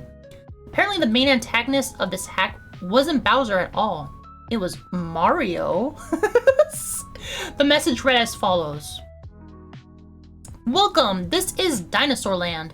In this strange land, we find that Princess Toadstool is missing again. Looks like Mario is at it again. Right. Why are you surprised? Okay, so now he's going like, what the? this wasn't the original message from Super Mario World. Dude knew that this is a ROM hack. Immediately, like, I'm calling bullshit on him, like, just stumbling upon this, and then just like, oh my god, what? Like, there's different things in it? Like, dude, it's a ROM hack. What do you think? What the? This wasn't the original message from Super Mario World, I thought to myself. Normally, I wouldn't think anything of this, seeing as how over my nearly 2 years at SMW Central, I have played countless hacks and have seen many different intro messages. But this one really stuck out. At this point, I definitely knew there was something odd about this hack. Why did this one stick out to you? They just changed Bowser to Mario! Upon letting the intro level music play, I pressed the start button on my controller to finally get the overworld and begin my journey into the unknown hack. Upon entering the overworld, everything seemed normal. Some old level paths, same old music, but the level names were different. Instead of Yoshi's house, like it always has been every time I've ever played Super Mario World, it was now simply just Yoshi's. The house part was gone. So they got a picture here too that you can reference. Look, the Yoshi's, it's not Yoshi's house. They just took off the house part. It's not that surprising or shocking, dude. I like how you like showed proof there too. Okay, where was I? I thought this was strange, and I began to lose hope in the hack because it had seemed like barely anything had changed at all from the original. I was hoping to see something new. Well, unluckily for me, I got my wish, and you'll see when you read on. I decided to enter the level out of curiosity. When I entered, the whole house that's normally there was gone. No more smoke, no more fire, no more little birdies, no more treehouse. All that was left was a message box. I decided to hit it. Upon opening the message I expected to be there was replaced with what seemed like binary. Apparently it says notepad. Okay, so he's got another screenshot as proof. There is binary, signed by Yoshi, and it literally just says notepad. It translates to notepad. It looks like they're trying to do like an ARG thing with this. I don't know if I really want to like play an ARG. At this point, I was on IRC telling everyone about how the hack was starting to weird me out, which yielded some sarcastic responses like, hey, I expected it. Anyways, after this, this is another person who uses anyways. After this, my interest level, after this, my interest level in the hack skyrocketed, and along with it, my paranoia. Oh boy, was in for a fun surprise. I guess, okay, you're surprised to say, was I in for a fun surprise? Alright. I'm pretty sure like this is like someone like on the message forums like just writing this out real quick. Probably not proofreading his work. This is why proofreading is recommended when you're writing. So I decided to head left. Upon reaching what was before known as Yoshi's Island 1, the level was labeled Never Come Back. Now I thought things were going to be all Kaizo Death Trap, because generally that is what people name their levels in Kaizo hacks to make sure the player doesn't go there. To my surprise, it wasn't quite that way, though I wish that it had been. Upon entering level 105, what? 105? I was greeted by the insanely loud clown car sound that Bowser's flying vehicle makes right before Peach falls out. Of course, with my headphones being moderately high, The sound scared the living shit out of me, which wouldn't have happened if I hadn't been so nervous beforehand. I decided at this time it would be best if I turned the volume on my headphones down, as to not get any more unpleasant surprises such as that one. When I entered the level, other than the music, everything seemed to be the same, except for the fact that the little Koopa that slides on the ledges wasn't there anymore, nor was the Bonsai Bill.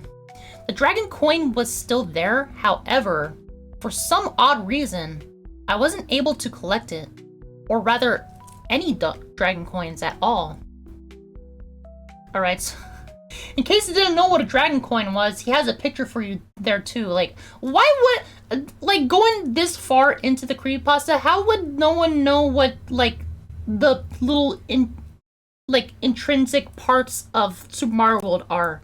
Like, I feel like this story was made for, like, people who have, like, played the game before, or at least familiar with it, right? You don't need, like, a picture of the dragon coin. Just let everyone know this is what it looked like. The author made certain of that. I also noticed that there was a brown used block near the spot where the Bonsai Bill normally shows up. I can only assume this was a revisit to the level after I had beaten it, like I heard in some half-assed creepy stories in other Mario games. Now I was wondering why things were like this, making me wonder about the intro message. Had Mario done something previously to Dinosaur Land? Was this from Bowser's point of view? I quickly dismissed the latter option because it seemed kind of stupid. So that left me thinking that Mario at one point in time in the author's story did something. But what? What did Mario do? My mind was nothing but rushing thoughts at this point. However, I quickly dismissed them and ventured further into the level, only to find that basically all blocks had been hit. All coins collected, save for the dragon coins. Those were still there and unobtainable. That there were no enemies, and that I could no longer go down pipes. What kind of bullshit am I playing here? I kept thinking to myself at this point, I felt uncomfortable, but I decided to keep venturing. Eventually I came across a message box, which I wasn't surprised was still in the level. Being the idiot I am, I went to hit the box. Upon hitting it, I was greeted with the familiar black box once again. The message was edited, obviously. I had figured that this was a given at this point. It read as follows. Point of advice. I hate you. This is stupid. Stupid, man. Alright, anyways. Now I thought things were starting to get the vibe that the author was a twisted and warped individual. Cause he told me that he hated me. He must be really twisted. We must be really beyond edge. Oh my god. Okay. And that I was right about Mario having done something. At this point, I was basically rushing to get to the end of the level, so I just scurried by. And then came across another message box. However, this one was blank, with point of advice at the top and noting nothing else on it. I quickly disregarded it and headed off further to the right, hoping to free myself from the hell that was once level 105. Upon reaching the end, I saw a fire flower on the top block where the four-way block intersection used to be. However, it was too high for me to reach by normal means. So I just continued onward like the blind, curious idiot I am would do. I finally beat the level, and as usual, the path to the Yellow Switch Palace was unlocked. I decided to head up the path that normally leads there, and I found that when I entered the main overworld, every other landmass and decoration besides the ghosts, the ghost houses, and Yoshi's Island itself were gone. Nothing really changed at the Yellow Switch Palace except for the Switch message. All that changed was that Switch Palace was changed to Mario World. Boring. Anyways, just when I thought I was done with the abomination that called itself a hack, I found that Yoshi's Island 2 had also been edited. Oh joy, I thought to myself. Sarcasm. Alright, so he shows like also an example of the rest of the level being gone when you went up to Yellow Switch Palace, but the ghost is still there, so for the ghost, right? Oops, come on, dude. Upon reaching Yoshi's Island 2, I found that it had been renamed to Yoshi's House, the original name of level 104.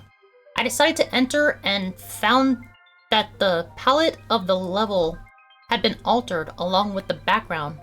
They seem to have been changed to the same palette as Yoshi's Island 3. You know, greenish tan and such, except the background was pushed down some and was now a rotating brown color, or a rotting brown color, I'm sorry. And the vegetation of the FG was no longer present. I guess this is what he's referring to? Jesus Christ. He's referring to this. I guess that's like what he was talking about, like the background.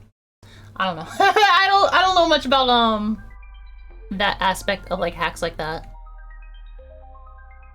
I decided to explore the level a bit and came across the Trail of Koopas that countless players have used a shell to rack free one-ups with. I ignored them and go see if any more of the level had changed, and eventually came across the question mark that holds the Yoshi and decided to free him. Upon doing so, I got this message. Hooray, thank you for rescuing me. My name is Yoshi. On my way to rescue my friends, Mario trapped me in that egg. This had me wondering what kind of sick and twisted hack I was playing. I had thoughts of all possible scenarios of Mario attacking Dinosaur Land horribly and causing irreversible damage. The author had me hooked with his sick little game, and like any other idiot, I took the bait and kept coming back for more. Somewhere not far off from the Yoshi question block, I found a message box. In the same place I remember that it always has been. Though if I'd learned anything at all from playing this, it was that whatever was in that message box was not going to be even remotely normal in the slightest. This made me hesitant to hit it, but I ended up doing so anyways. I wanted to find out more. The message I was greeted with was as follows. But is there anything I can do to change your mind? What the fuck? I thought to myself. What the hell does this even mean? Change my mind? What would I change my mind about anyways? Was this about Mario or whatever he did? And about how people were trying to convince him to stop? Was Yoshi talking to me through message boxes? Or was it about me? About me playing the hack, asking me as if the hack was trying to talk to me through message boxes. Either way, whether it was for more backstory on what Mario had done, or if it was questioning my decision to keep going, I decided to keep progressing. Despite the obvious signs that I should have quit playing the hack a while ago. As I progressed further, I found that I was right. All vegetation was gone. All vegetation was gone. And nothing was left at all. Save for a few enemies like chucks and moles and such. Even the pipes were gone. I came across another message box. Like all other times before, I decided to hit it. I was greeted with yet another cryptic message. Point of advice. This is the selfish way out. The selfish way out? What the hell? So confused. Was he calling me selfish for continuing to play the hack despite the warnings? Had Mario made some kind of selfish decision that had only benefited him? Was Yoshi still trying to talk to me? What the hell was this guy trying to tell me? At this point, I was creeped out to the point that I was shaking slightly. Dude. A mix of anticipation, fear, and the fact that my room was terribly cold last night. I closed the message box and once again proceeded further. Dude, he downloaded it as a part of the story. I know this is a fictional story and everything, but as a part of the story, he downloaded a ROM hack, and yet he's surprised at every instance when, like, the ROM hack does something that's not normal for the original game. It doesn't make any fucking sense. It's like, obviously, it's a ROM hack. What'd you expect, dude? He says in the story that he's played, like, hundreds of different ROM hacks before. But it's just like he's bewildered by it, like this bizarre, twisted mind who could have possibly made this ROM hack. Anyone could have made this. It's so stupid. Oh my god. The area with the moles seemed the same, except for the fact that the block next to the vine block was gone. Along with the happy clouds and dragon coin, the vine fault allowed access to. This made me feel gloomy, to say the least. Not so much frightened as I was depressed. It's a feeling I couldn't really explain well. I don't know, you seemed pretty frightened before in like the last paragraph, and now you're just depressed? From this point on, it was basically just a big empty stretch of land to the end of the level. I proceeded quickly. I wanted to get the fuck out of there, as I felt that I had spent enough time looking around. So me and Yoshi, I still had him at the time, opened up the next path to the overworld. It too had changed. What was once Yoshi's Island 3 now read Yoshi's Island 7. Memories of Super Bobito World, I have not played that one, flooded my mind. How the levels would take giant leaps in number order, which made it seem ridiculous. Though at this time I didn't quite find it as humorous, due to common sense and obvious reasons explained earlier. No, nothing's obvious in this, dude. I entered the level. As I entered, I was welcomed by a solid black background and a blue and gray colored floor. The place seemed frozen, lifeless and barren. There was nothing in the level at all, save for the goal point. Just a clear stretch of land with nothing else. I quickly lost interest and finished the level. It seemed like the most empty and creepy level in the game. This, though as you'll read on, it gets far worse. Okay, so this is a screenshot of like the lifeless and barren landscape that he's talking about. It's just nothing. I don't even know why he included some of these screenshots. Like, I understand, like, a lot of people who, like, wrote, creepypastas and stuff back in the day, they wanted, like, to have, like, screenshots and everything, or, like, pictures, because, like, think Jeff the Killer with that picture and everything. Like, it gave, like, validity to some of the, creepypasta stories, and that's what, the ones that had pictures were the ones that stuck out the most. With the level beaten, a new path opened up. Yoshi's Island 4 was now just leave now. I hesitated as to whether I would stop playing, but my interest kept me going further. At this point, hashtag SMWC was nothing but me posting findings and messages from the hack, so that others could experience what I was experiencing. The channel sadly was unusually inactive. It seemed like no one really cared or wasn't around. I felt alone. I wonder if there's actually proof of him, like, describing these events as it's happening in like the forums. I proceeded into the level. For the most part, everything seemed the same, save for the fact that there was now no water at all to keep me from falling in pits without using Yoshi as a sacrifice. The level was also void of all enemies as well. Whenever I got to an area that seemed too far for me to jump, I found that I could just walk right across it on the air, thus getting rid of the need to use Yoshi as a sacrifice. It's apparent that the hack wanted me to keep him. I could tell that much. I was able to get to the pipe that usually leads to the exit level. I went in and found that the room was exactly the same. Everything in the right place and nothing edited, or so I thought. The message box once again broke the mood of that brief moment of relief and I had experienced upon entering the pipe. You get if you cut the at the end. If you collect, you can. What the fuck does that mean? wait, hang on. I'm reading this right, guys. I'm reading this right. This is what the text box says. You get if you cut at the end. If you collect, you can. What the fuck?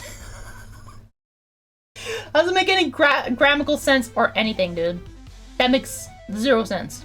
At this point, I was questioning whether I should keep going to see how it ended or quit now while I still had a bit of common sense left. The message box was sort of indistinguishable, and I couldn't really make sense of it. For a moment, I tried to figure out what it meant, but eventually I just gave up and beat the level. I figured that box wasn't worth my time anyways. With the level being the path to the first world castle opened, now renamed from number 1 Iggy's Castle to number 1 Go Back! I sure did feel welcome here, sarcasm. I decided to completely ignore the level name as I just wanted to get this over with and to be done with it forever. What seemed like a normal castle intro was made especially creepy given the fact that I had to dismount Yoshi. I felt for the first time that I was actually abandoning him, and I wished I had taken him with me. Honestly, I can kind of resonate with him, like, even in the original Super Mario World, I always felt bad about leaving Yoshi. Like, at the gate of the castle, I was wanting to bring him with me. I'm like, when I was like a little kid, I was like, oh, but he's gonna be so alone out there, you know? The inside room of the castle looked strange. There was this darkish bluish greenish black lava. Darkish bluish greenish black lava on the ceiling. Dude just fucking gave the lava 3 different colors. And also called it darkish. He couldn't just say gray, man. Aside from that, next to each pillar, there was an increasing amount of message boxes the further I got. The room was basically just a big hall with no enemies or anything of the sort. So now we gotta pick a screenshot of the darkish bluish greenish black lava and text boxes that just say nothing but Yoshi. It's just signed by Yoshi, but he doesn't say anything. Every message box I presented gave me either a blank box with Yoshi's signature at the bottom, or the message that read as follows. Don't you think you've caused enough trouble? Another cryptic message. At this point, I wasn't surprised. You shouldn't. Not in the slightest. Again, the thoughts in my head started circling, wondering what exactly Mario had done, why he was here, and why everything seemed to hate everything about him and wanted him gone forever.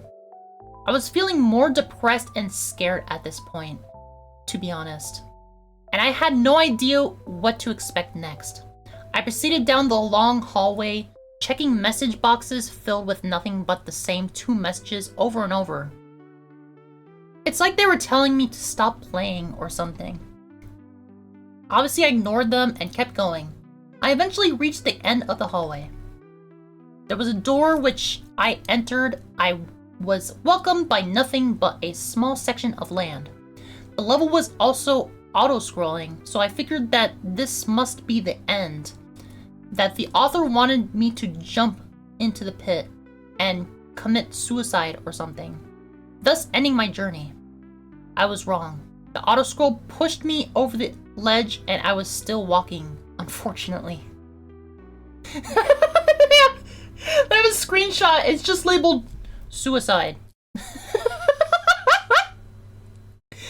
It's just labeled suicide. Yep.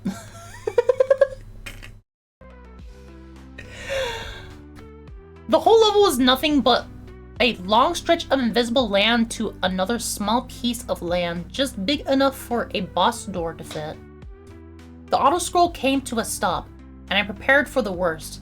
I gathered my composure, swallowed some of the spit in my mouth, and took a deep breath. I entered.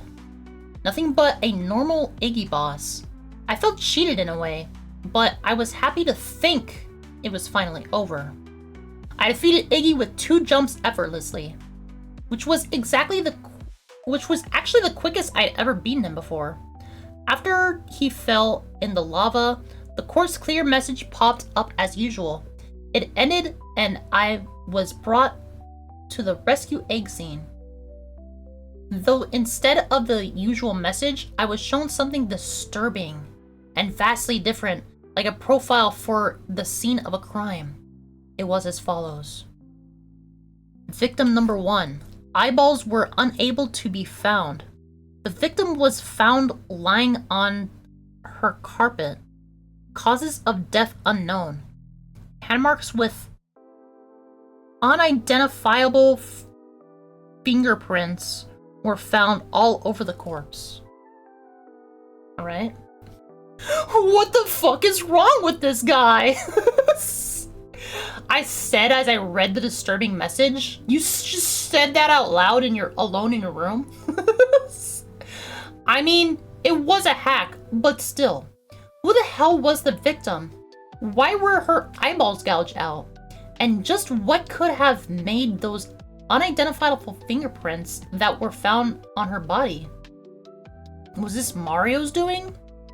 Is this what the author was trying to tell me? And furthermore, was the girl Princess Toadstool?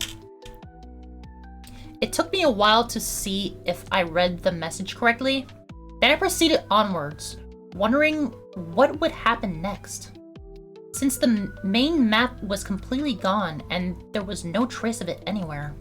To my surprise, it still showed the path marked for Donut Plains. The event tiles were still there, marking the path to the lone level on the giant map that was once the main world. It was still called Donut Plains 1. I thought we were finally done. Once more, but then I entered the level. I could see that, like the previous times, I was once again wrong. Upon entering, I saw 2 message boxes. They said as follows. There's no way out of here. There's no way out of here. And fly away. I found it quite strange that both message boxes were contradicting each other. One was telling me that there was no way out of this accursed hell, and the other was telling me that if I could fly away, I could be free. Though I saw no feather or enemies to grab one with. Was this telling me that I could either rise up and go to heaven or stay in hell forever, wallowing in despair? Did I need a cape to proceed? And what happens after this? Is the whole game like this? I began to create more thoughts in my head, trying to figure the message boxes out to no avail. I proceeded to walk to the right. I made a jump, but found that I was stuck in the area. There was an invisible wall, and I thought I'd hit a dead end. When I landed, I tried moving right again to see if there was any way to go on. All of a sudden, I heard the pipe sound and watched the pipe animation. Except there was no pipe present, and so I looked quite odd. What is he talking about? I don't understand. I don't understand that paragraph. Oh my god, how much do I have after this? Oh, okay, I only got like a page left. Jesus Christ. I was taken to a level with a black background. There were stone blocks for the ground and a small door. I was immediately given a mushroom to prevent me from entering it. So I proceeded further to see if there was anything else in the level. I found that the room was nothing but a long stretch of concrete blocks and doors that were too small for me to enter because of the mushroom I had. It's obvious that the author didn't want me going through any of them, or I wouldn't have gotten the mushroom in the first place. As I proceeded, I found myself at a dead end. Since there was nothing left for me to look at, I tried to go right again. It worked. I went through the brick wall. It acted like a pipe. And Mario went through a pipe animation and looked like he was going into the darkness. I was then taken into a small room with what seemed like a pit and a wall. I jumped down into the pit, seeing as how there was no other option, though I found that the bottom of it was solid. I tried pressing down in a bunch of areas until I came across a pipe. Mario slowly did the pipe transition downward off the screen. Expecting another level, I waited, but there was no more, just a black screen. I was unable to continue, unable to pause, or exit the level, or move. There was nothing at all. This was the video game representation of death, a crash. Mario had died. After playing, I think I finally understand what was happening. I believe Mario was atoning for his actions, eventually being plummeted into a hell that looked exactly like Yoshi's Island, where he was lost to the grip of death forever. I was finally done playing and quite relieved at that. The nightmare was over and activity on the IRC seemed to be back up again. I quickly shared my tale with the rest of the hashtag SMWC and typed this documentation of it. If you feel daring enough, you too can witness my tale firsthand. Remember, guys, it's only a hack. It can't hurt you. Or can it? Oh my god, okay, so I'm pretty sure the person who wrote that also made the hack himself. Cause I mean, it just seems kind of ridiculous to just stumble upon a random ROM hack and just being completely oh my god, this is the most twisted thing I've ever played before. It's something stupid. Oh my god, I forgot. Okay, well, I was gonna play another game, but I forgot about that game. It was a bit to go along with sonic.exe. But we're going to instead play some freaking Mario. Hopefully, my Super Nintendo controller actually works this time. Let's see if show two Bluetooth devices. Okay, it's not connecting, so I gotta connect it again. Gotta remove device. Okay.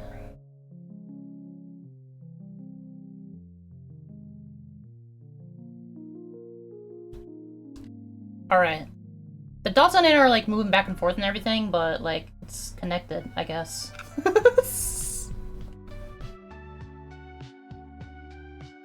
Alright, let's see how accurate this is to the creepypasta. I got Mario. How do I full screen this? Video full screen, okay. Alright, guys. It's Mario! Yeah. Alright. Let's just get into it. Welcome, this is Dinosaur Land. In this strange land, we find that Princess Toadstool is missing again. Looks like Mario is at it again. Guys, exactly how he was talking about it. Look! Mario's palette is different. It's exactly like the story. It's Yoshi's! Yeah, let's say hi to Yoshi's. Alright. Yep, there it is, notepad.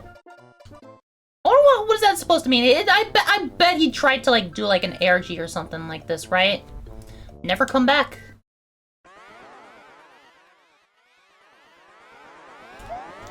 Oh yeah, that's right. He the Bowser thing. Right? There's no music. There's no music. I can't collect the dinosaur coins either. There's no blocks. I know I can't go down any pipes.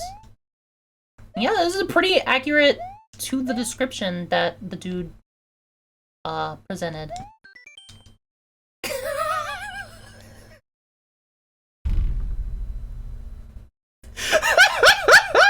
That's so stupid! Oh my god, guys, this is so creepy! Oh my god. None? Alright. No bonsai bills? Can't get that. Alright. No bonsai bills? I did it! Do-do-do.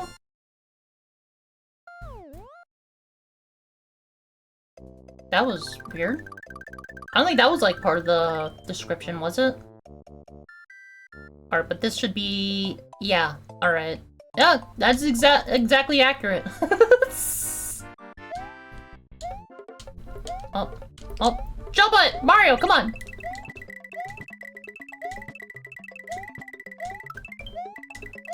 Heck yeah. Getting all the freaking lives. Mario's never gonna die.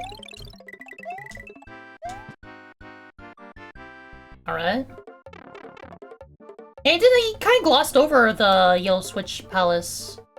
Didn't really say anything about it.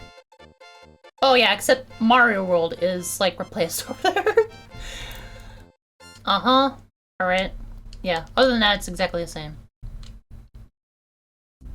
Gotti! Yeah, why wouldn't I save? Oh man, I love, like, I've told you guys this before, but like, Super Mario World was like one of my first games that I ever played. Alright, I actually did that, unlike the other guy. This is the Yoshi, it's gonna say Mario put you here. Alright, thank you for rescuing me. My name is Yoshi. On my way to rescue my friends, Mario trapped me in that egg. But I'm Mario. Like, what are you gonna do about it? Was there anything I can do to change your mind?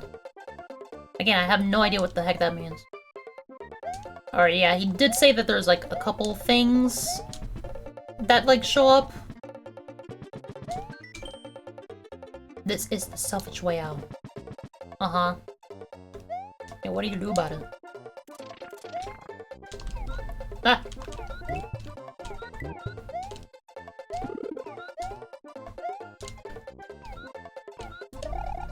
Alright, there we go. Oh, nothing up here. Cool.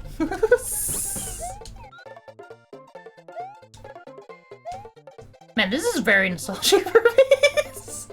I just love this freaking music. God damn it. No, give me Yoshi. Like, yeah. Can you, like, trigger the bonus game in this? Like, if you, like, get enough of the flagpoles?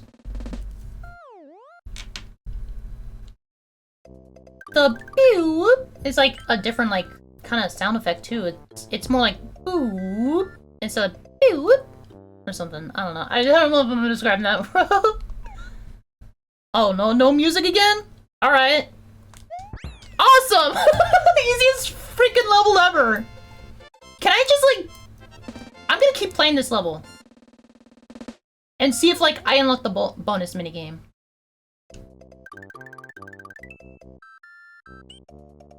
Oh yeah, that's also Yoshi's Island 7. I forgot to be reading the names. Has never come back. Yoshi's and Yoshi's House. Yoshi's Island 7. This is Yoshi's Island 7. Wow, I can't believe they got that far in the series. Alright, I should go for higher. Otherwise, this is gonna take forever. I'm just curious to see like what like this person like possibly like implemented, right? Like there's obviously like other things like this person's like trying to put together an ARG and stuff like with the notepad and stuff. But I'm not gonna do all that.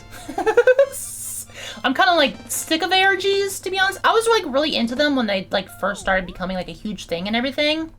Like when Doki Doki Literature Club and Five Nights at Freddy's and stuff, like that kind of stuff was like popular. I was into ARG stuff. Like I did my own ARG. Like I don't know if anyone remembers that, but the Minecraft Forever was an ARG project that I was doing. So like after that, after I already did that, and like I've done like a couple more ARG things, like I just like kind of forgot about it. I just got tired of them, rather. I haven't forgotten about it. I just got tired of ARGs. Alright. Bonus game, right? Man, I'm getting so much points. Alright! Oh, crap. No! Great. Da da da da da da da! You suck! Alright, let's move on. Or let's leave now, because that's where we're going. It's the ghost music? Then give me that. Oh, heck yeah! Firepower! What?! Okay, so there are invisible parts, but... Like he said that in the thing too, in the creepypasta, that there were sections that you just walk across, but he didn't say that like parts of it fell off, dude. God damn it. Dude, this is wrecking my immersion. I can't believe I can die in this. I don't need that. I didn't need that.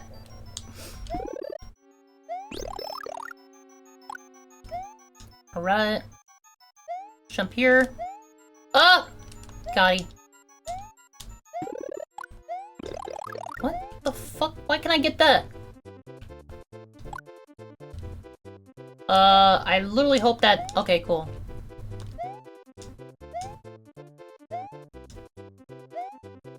I don't know where it's gonna be a pit or not, dude. Okay, cool, fine. Good, we're good.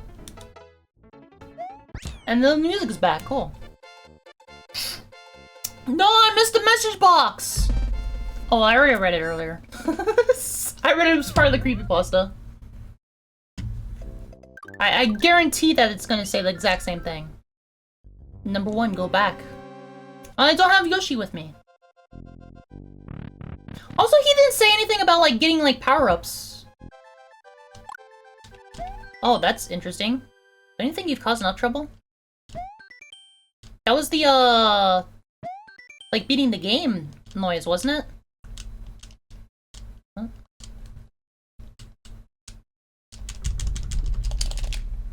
Did the game crash? Please don't tell me the freaking game crashed. Dude! Let's, just reset, I guess. What is it? Alt enter? No. There we go.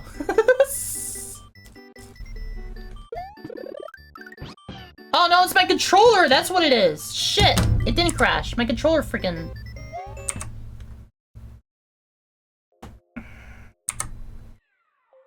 I don't like this, man. This controller is giving me issues right now. Oh, is it connected? Is it actually connected? No, it's not connected. Remove that device.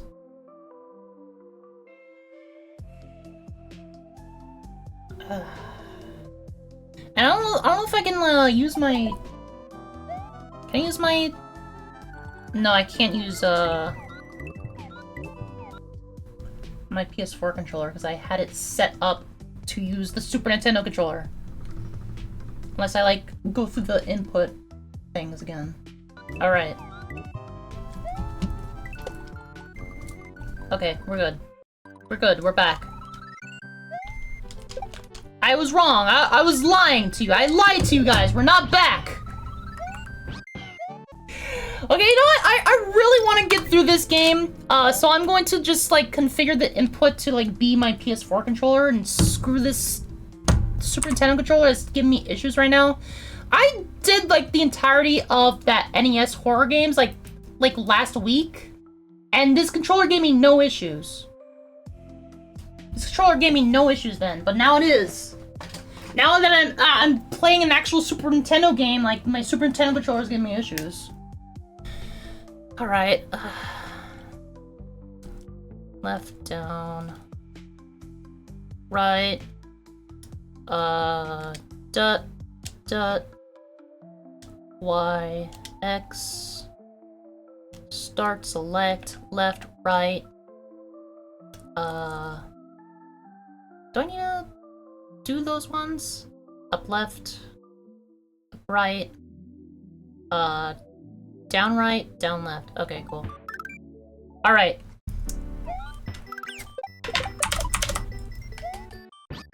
We're good. Okay.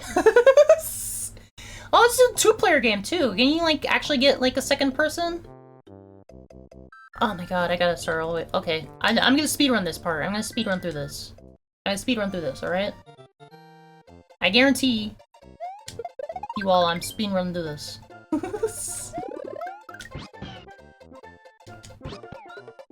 Yeah, we already read all this before. Let's get the heck out of here.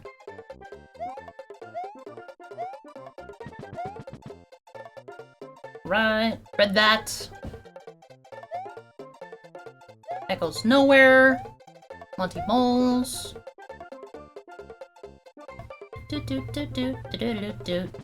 Ah, Jesus Christ, that happened again!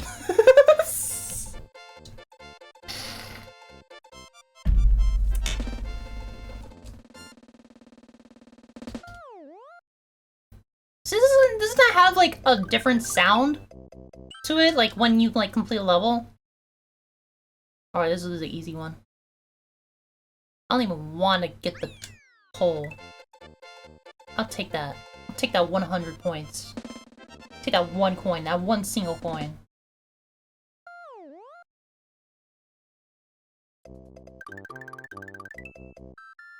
And this level... Let's see if I can keep my Yoshi this time.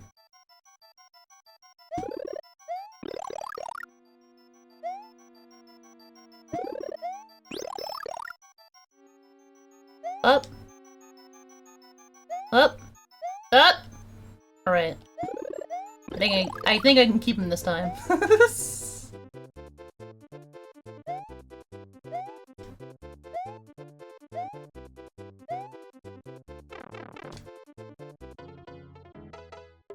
Oh yeah, let's read this one this time. Yeah. Okay, this is the one that's like incomprehensible. You get if you cut the at the end. If you collect, you can. I think like either the person who wrote the creepypasta made the ROM or like genuinely found something and made a stupid creepypasta based on it. Go back! Alright, now I'm leaving Yoshi. Okay, I'm just gonna skip past these blocks right here. Although I don't think the game crashed. I think just the, Okay, I shouldn't do that. I think the controller just died, like, at the worst possible moment. Yoshi? Uh-huh. Oh, yeah. Don't you think you've caused enough trouble? Alright. Yeah, that's all that these say. So we're just gonna, like, pass by them. And not jump, because you can't jump here. Because of the, what did he call it? The bluish, greenish, black lava? The darkish, bluish, greenish, black lava. Alright. Yep. It's exactly as it says in the creepypasta. Kinda makes me wonder, like, did the dude write it himself? No. This is like...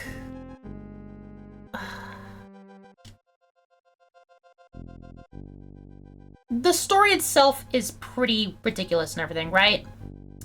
The presentation, like, it's cool that it's like an interesting, like, little, like, mod and everything, but it's stupid.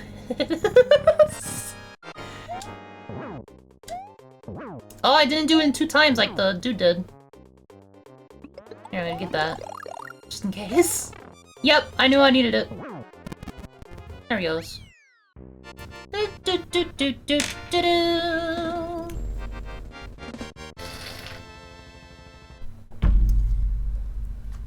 Alright, and this part really disturbed the dude who wrote it. So, what kind of person would make this kind of ROM? Victim number 1. Eyeballs were unable to be found. The victim was found lying on her carpet. Causes of death unknown. Hand marks with unidentifiable fingerprints were found all over the corpse. Oh my god. What kind of sick, twisted fuck would make something like this? Oh yeah, sure. Say that. What? There's no way out of here. Fly away.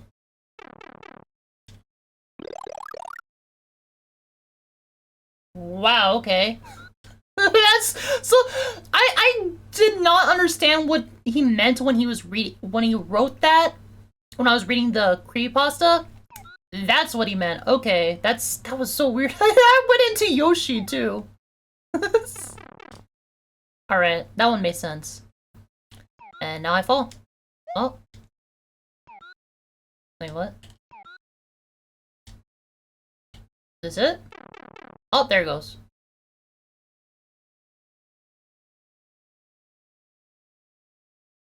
Oh, yeah, and then black screen, and that's it.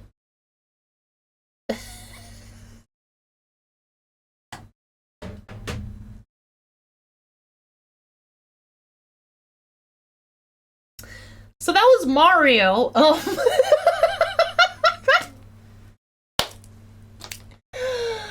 Oh my god. Okay, so I really enjoy, like, kind of like the thought process of, like, things like this, because, like, it's interesting to, like, think about these kind of, like, things, like how creepy this would be if this was an actual thing. But, like, obviously it's, like, just stupid. There's not a lot going on, unfortunately, with these kind of games. They're not scary, unfortunately. And it would be cool if they were. Maybe they would, like, scare someone who's, like, not accustomed to, like, horror stuff in media in general. But they're poorly written, and, like, the thing is, while they are, like, really cool and accurate to, like, the stories and everything, they're not scary. I just love them because, like, the effort that is put in to make it as accurate and close to the story as possible. That's what, like, so far Pokemon Black has been, like, the best. But we have one more game. One more game to play. And this one is really cool. I am actually really excited and kind of a little scared to, like, make just in the case that is this actually going to, like, play out good? Like, am I actually going to be able to play this game? Because this is another... This is less of a creepypasta and more of an urban legend of a video game that never existed. And this legend has been around for years. Years. This was... People call this, like, kind of the first creepypasta. So today, we are playing Polybius. Or we're gonna read about it, too. So if you guys don't know what Polybius is, it's, like, this urban legend of a cursed arcade cabinet that would, like, appear, like, really briefly in, like, rare circumstances. And there are people who, like, eyewitness people who said that they have played the game before, and they saw, like, weird things happening with it, like people, like, having seizures or, like, passing out during the game, and, like, men in black coming and inspecting the cabinet and stuff. A lot of weird parts of the legend and everything. So this isn't really a creepypasta if you go to the Creepypasta wiki. It doesn't really have a creepypasta itself, but this is basically like the synopsis of the legend if you never heard of it before. So Polybius is an urban legend about a rare arcade game released in 1981. The game was created by a mysterious company called Sinneslöschen, which is German for sense deletion, and was a puzzle shoot-'em-up somewhat like Tempest. It was only released a few suburbs of Portland, Oregon. It was supposedly very popular, with people forming long lines to play it. However, players reported strange things about the game, such as hearing a woman crying and seeing grotesque faces out of the corners of their eyes while playing it. Players would also have nightmares afterwards, as well as experience nausea, headaches, blackouts, and amnesia. Some even committed suicide. Others stopped playing video games altogether, and at least one became an anti-video game activist. According to one owner of an arcade, men wearing black suits would often come to collect records from the game. They did not take any money, simply data on gameplay. Because of this, the leading theory is that the machine was some sort of government experiment using subliminal messages. The game remains in obscurity as around one month after its release, all of the cabinets suddenly disappeared. One showed up in an arcade in 1998, but quickly vanished again. While some have tried to recreate the game, no one has ever found the original ROM. And apparently, there is a version that you can play online, and the website is from the company that made it, Sinneslöschen, or whatever, however you pronounce that. They have a website, and they have a link that you can download this game. But first, the one picture that this entry has is of what is allegedly supposed to be like an actual picture of the Polybius arcade cabinet. Now, in my opinion, this is just an urban legend, and there's no truth to this. There's no like documented recordings of it. I think there was like some recordings in like gaming magazines before, but they were most likely just a myth. They were just most likely like pranks and everything, right? But that doesn't change the fact that there are playable games out there that people have actually made and everything. So let's hope this freaking runs. I had some difficulty getting this to run before, and I don't know if this is going to run perfectly well or not. I can already tell that. Oh, maybe it can be played.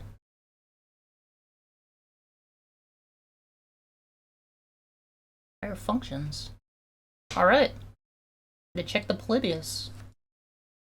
This is like freaking like shifted everything on my monitor to the right, so I can't even see the whole thing. Okay. I can't use the controller. Oh. No, I don't want this to happen. Come on. Oh! I closed the game. Alright, hang on. Polybius. Yes.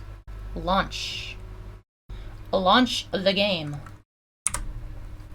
Oh my god, oh my god, oh my god, where's my mouse? What is happening? Guys, this game's cursed!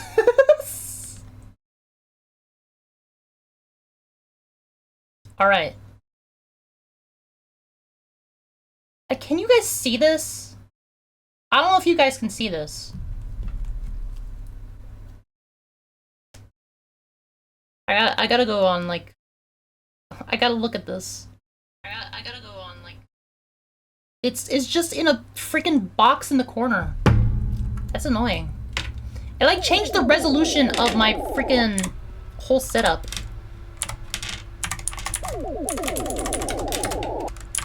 How do I play this? How do I play? How do I... What? What'd I do? Guys, it crashed again! Wait. I had 2 instances of it open. What was this one? This one just black screen? Nothing? Nothing? Nothing? How do I play this freaking game? Oh my god, I should have tested this game more! Dude, oh my god. Okay, let me read the readme file. Hang on, guys. Let's go back to full screen, because you're just looking at a black screen. Oh yeah, if you have seizures, you probably shouldn't be watching this. Okay, playing for extended periods of time may cause some motion sickness. Activate all features of the game. You must enter an access code. I'm not gonna do that. Just how do I, like, insert credits, man? Okay, so we got WASD.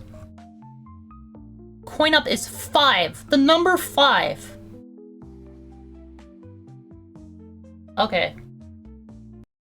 It's the number 5, guys. I got it. Let me see how I can, like, fix this to make sure, like, you're seeing, like, it full screen like I am. I wish this was, like, windowed or something.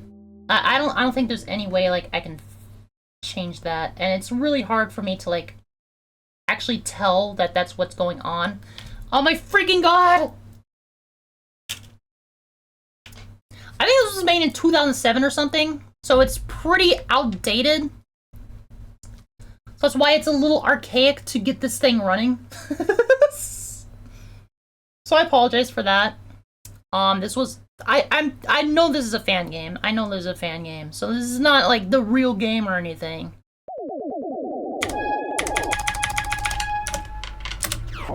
Alright. We're in. Hopefully, this time, we're in. What the hell? Oh, okay, interesting. Oh, I don't have, okay, I can hold it. What does that say? It's like sending subliminal messages at me.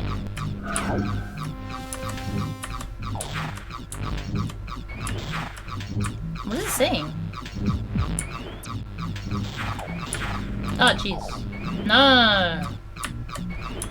I got this. This is confusing to play, dude. I'd much rather play Tempest.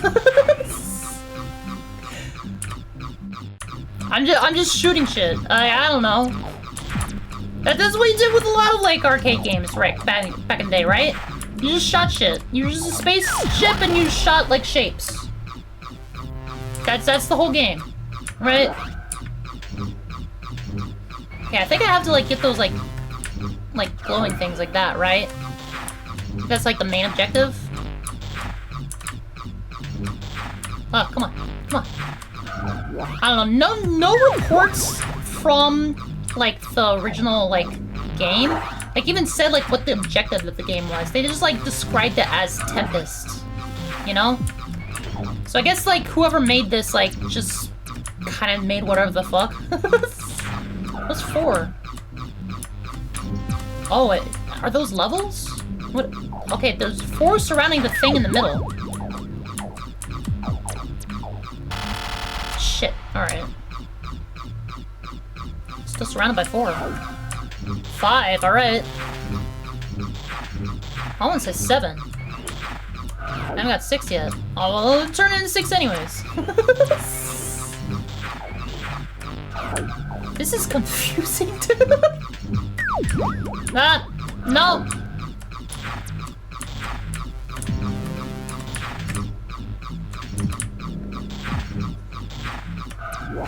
Alright.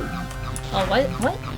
That went down 1. What the hell am I doing? Am I doing math? Am I supposed to be doing math here? Like, I don't understand what these shapes mean, dude. Need more credits. More credits.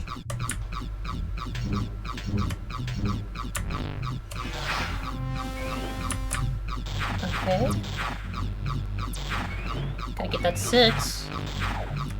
It's weird, you don't move the spaceship, you move the things around the spaceship. Like the world moves, but the spaceship stays stationary, right? So it's not really like Tempest, because Tempest, like, you move around like a web, right?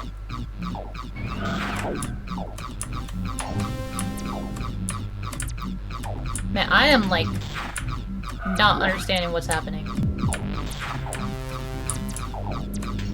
Does this look good, by the way, like, on screen and everything? Like, hang on. I gotta double check what this looks like for you guys. You're just literally seeing me,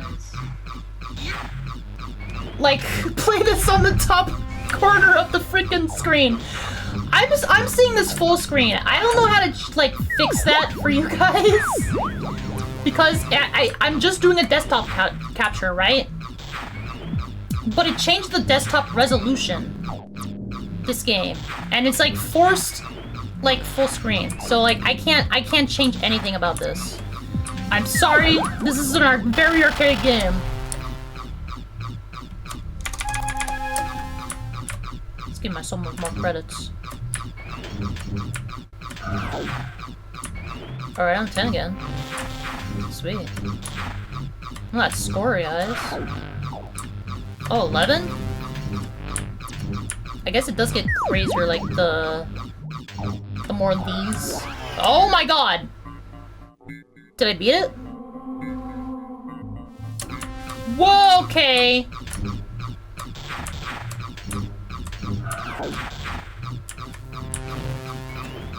Yo, this is hypnotizing, dude.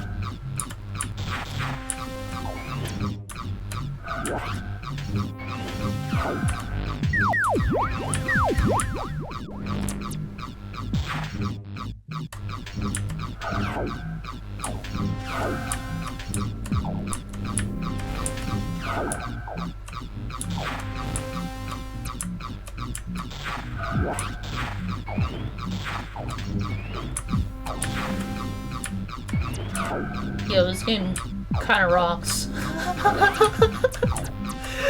This game's kind of cool, dude. It's just so riveting. Need more credits. Using all my friggin' quarters on this game. People are all lined up behind me and everything. They're like, "Come on, I want to turn." They like put their quarter like on the marquee and everything. I was like, "Nah, dude." My parents, they gave me all their quarters, man. They don't even need to do laundry this week. They gave me all their quarters for the laundry.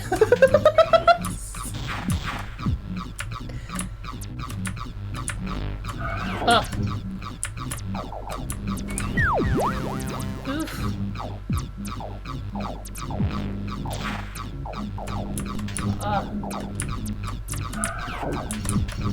Oh, I forgot I can go up and down. Ah! Why can I do that, though?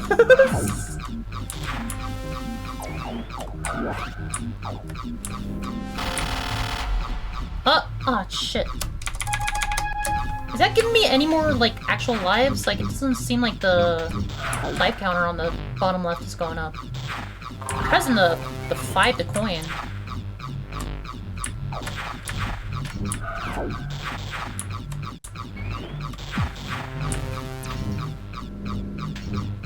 Oh, go get that. Oh, go get that. Oh, go get that. Yeah. Yes! This kind of reminds me of, I was playing this game... I was playing, Yume Nikki Dream Diary, right? So I played the original Yume Nikki, but this is, like, the remake or whatever, like, a 3D, like, remake of the game. Dream Diary.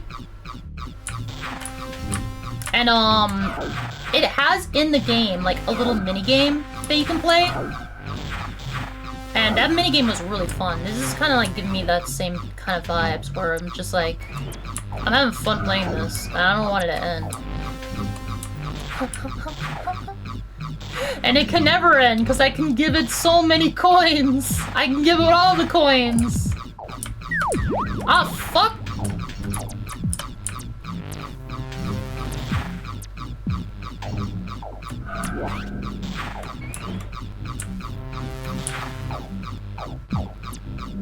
Man, where's the next level though?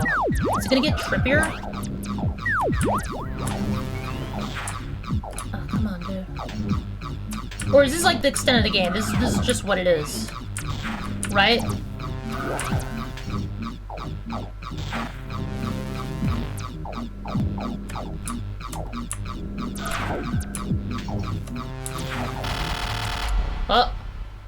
Oh shit. Enter initials. How do I do that? It's like going really slow. It's just the game though. B. Yeah, that's my name. Those are my initials. BBB. All right. This game's really kind of glitchy though. It was really fun though. That's actually like a really fun. I'm number 1. I feel so accomplished about that. Or BBB is number 1 rather. I can't. Why is it like running so slowly though? That's so weird.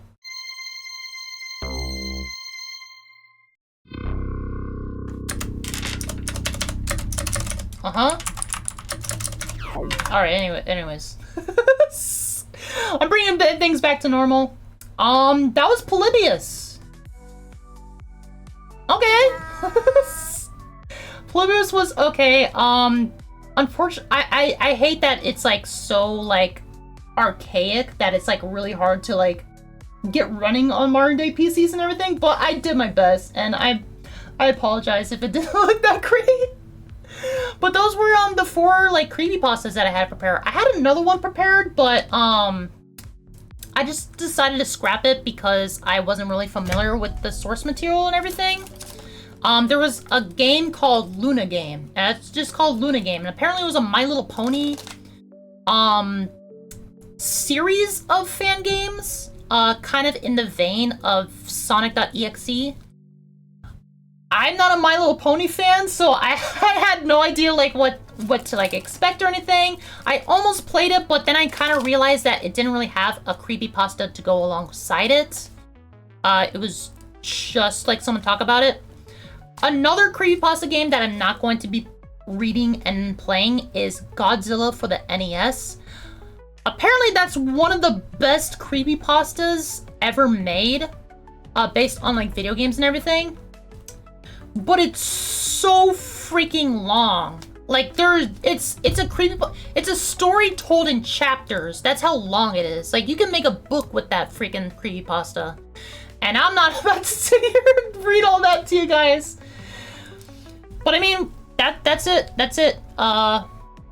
Yeah, so my opinions on creepypastas, they're cool, like little things of entertainment and everything. I used to love them back in the day, but as I've gotten older and have now realized how stupid they are, it's still kind of nostalgic to go back on and kind of laugh at, you know? But anyways, thank you all so much for stopping by. Thank you, Clockwork Animal, for the resubscription, and the Real Slim Shady for 65 for the follow. You guys are awesome. Thank you so much. My next stream is going to be on Saturday. I'm going to be playing, I'm going to be continuing my Resident Evil 7 playthrough. So hope you guys can make it for that. I think I'm going to beat it that day too. Hopefully I can get through it to the end. Whether Kai or not, or whether Kai... I can't even... I've been reading so many, like, bad creepypastas that I can't even freaking say things right. Whether or not Kai is going to be joining me for next stream is up in the air right now. They might... They were there for the first part of Resident Evil 7, so I don't see why they wouldn't be there for the second part. And for the rest of the game, I guess. But yeah, be looking forward to that. Hope you guys stop by and see the conclusion of Resident Evil 7, because I'm really loving that game so far. But anyways, guys, I gotta go. Love you guys. Take care of yourselves. Have a spooky day. And later!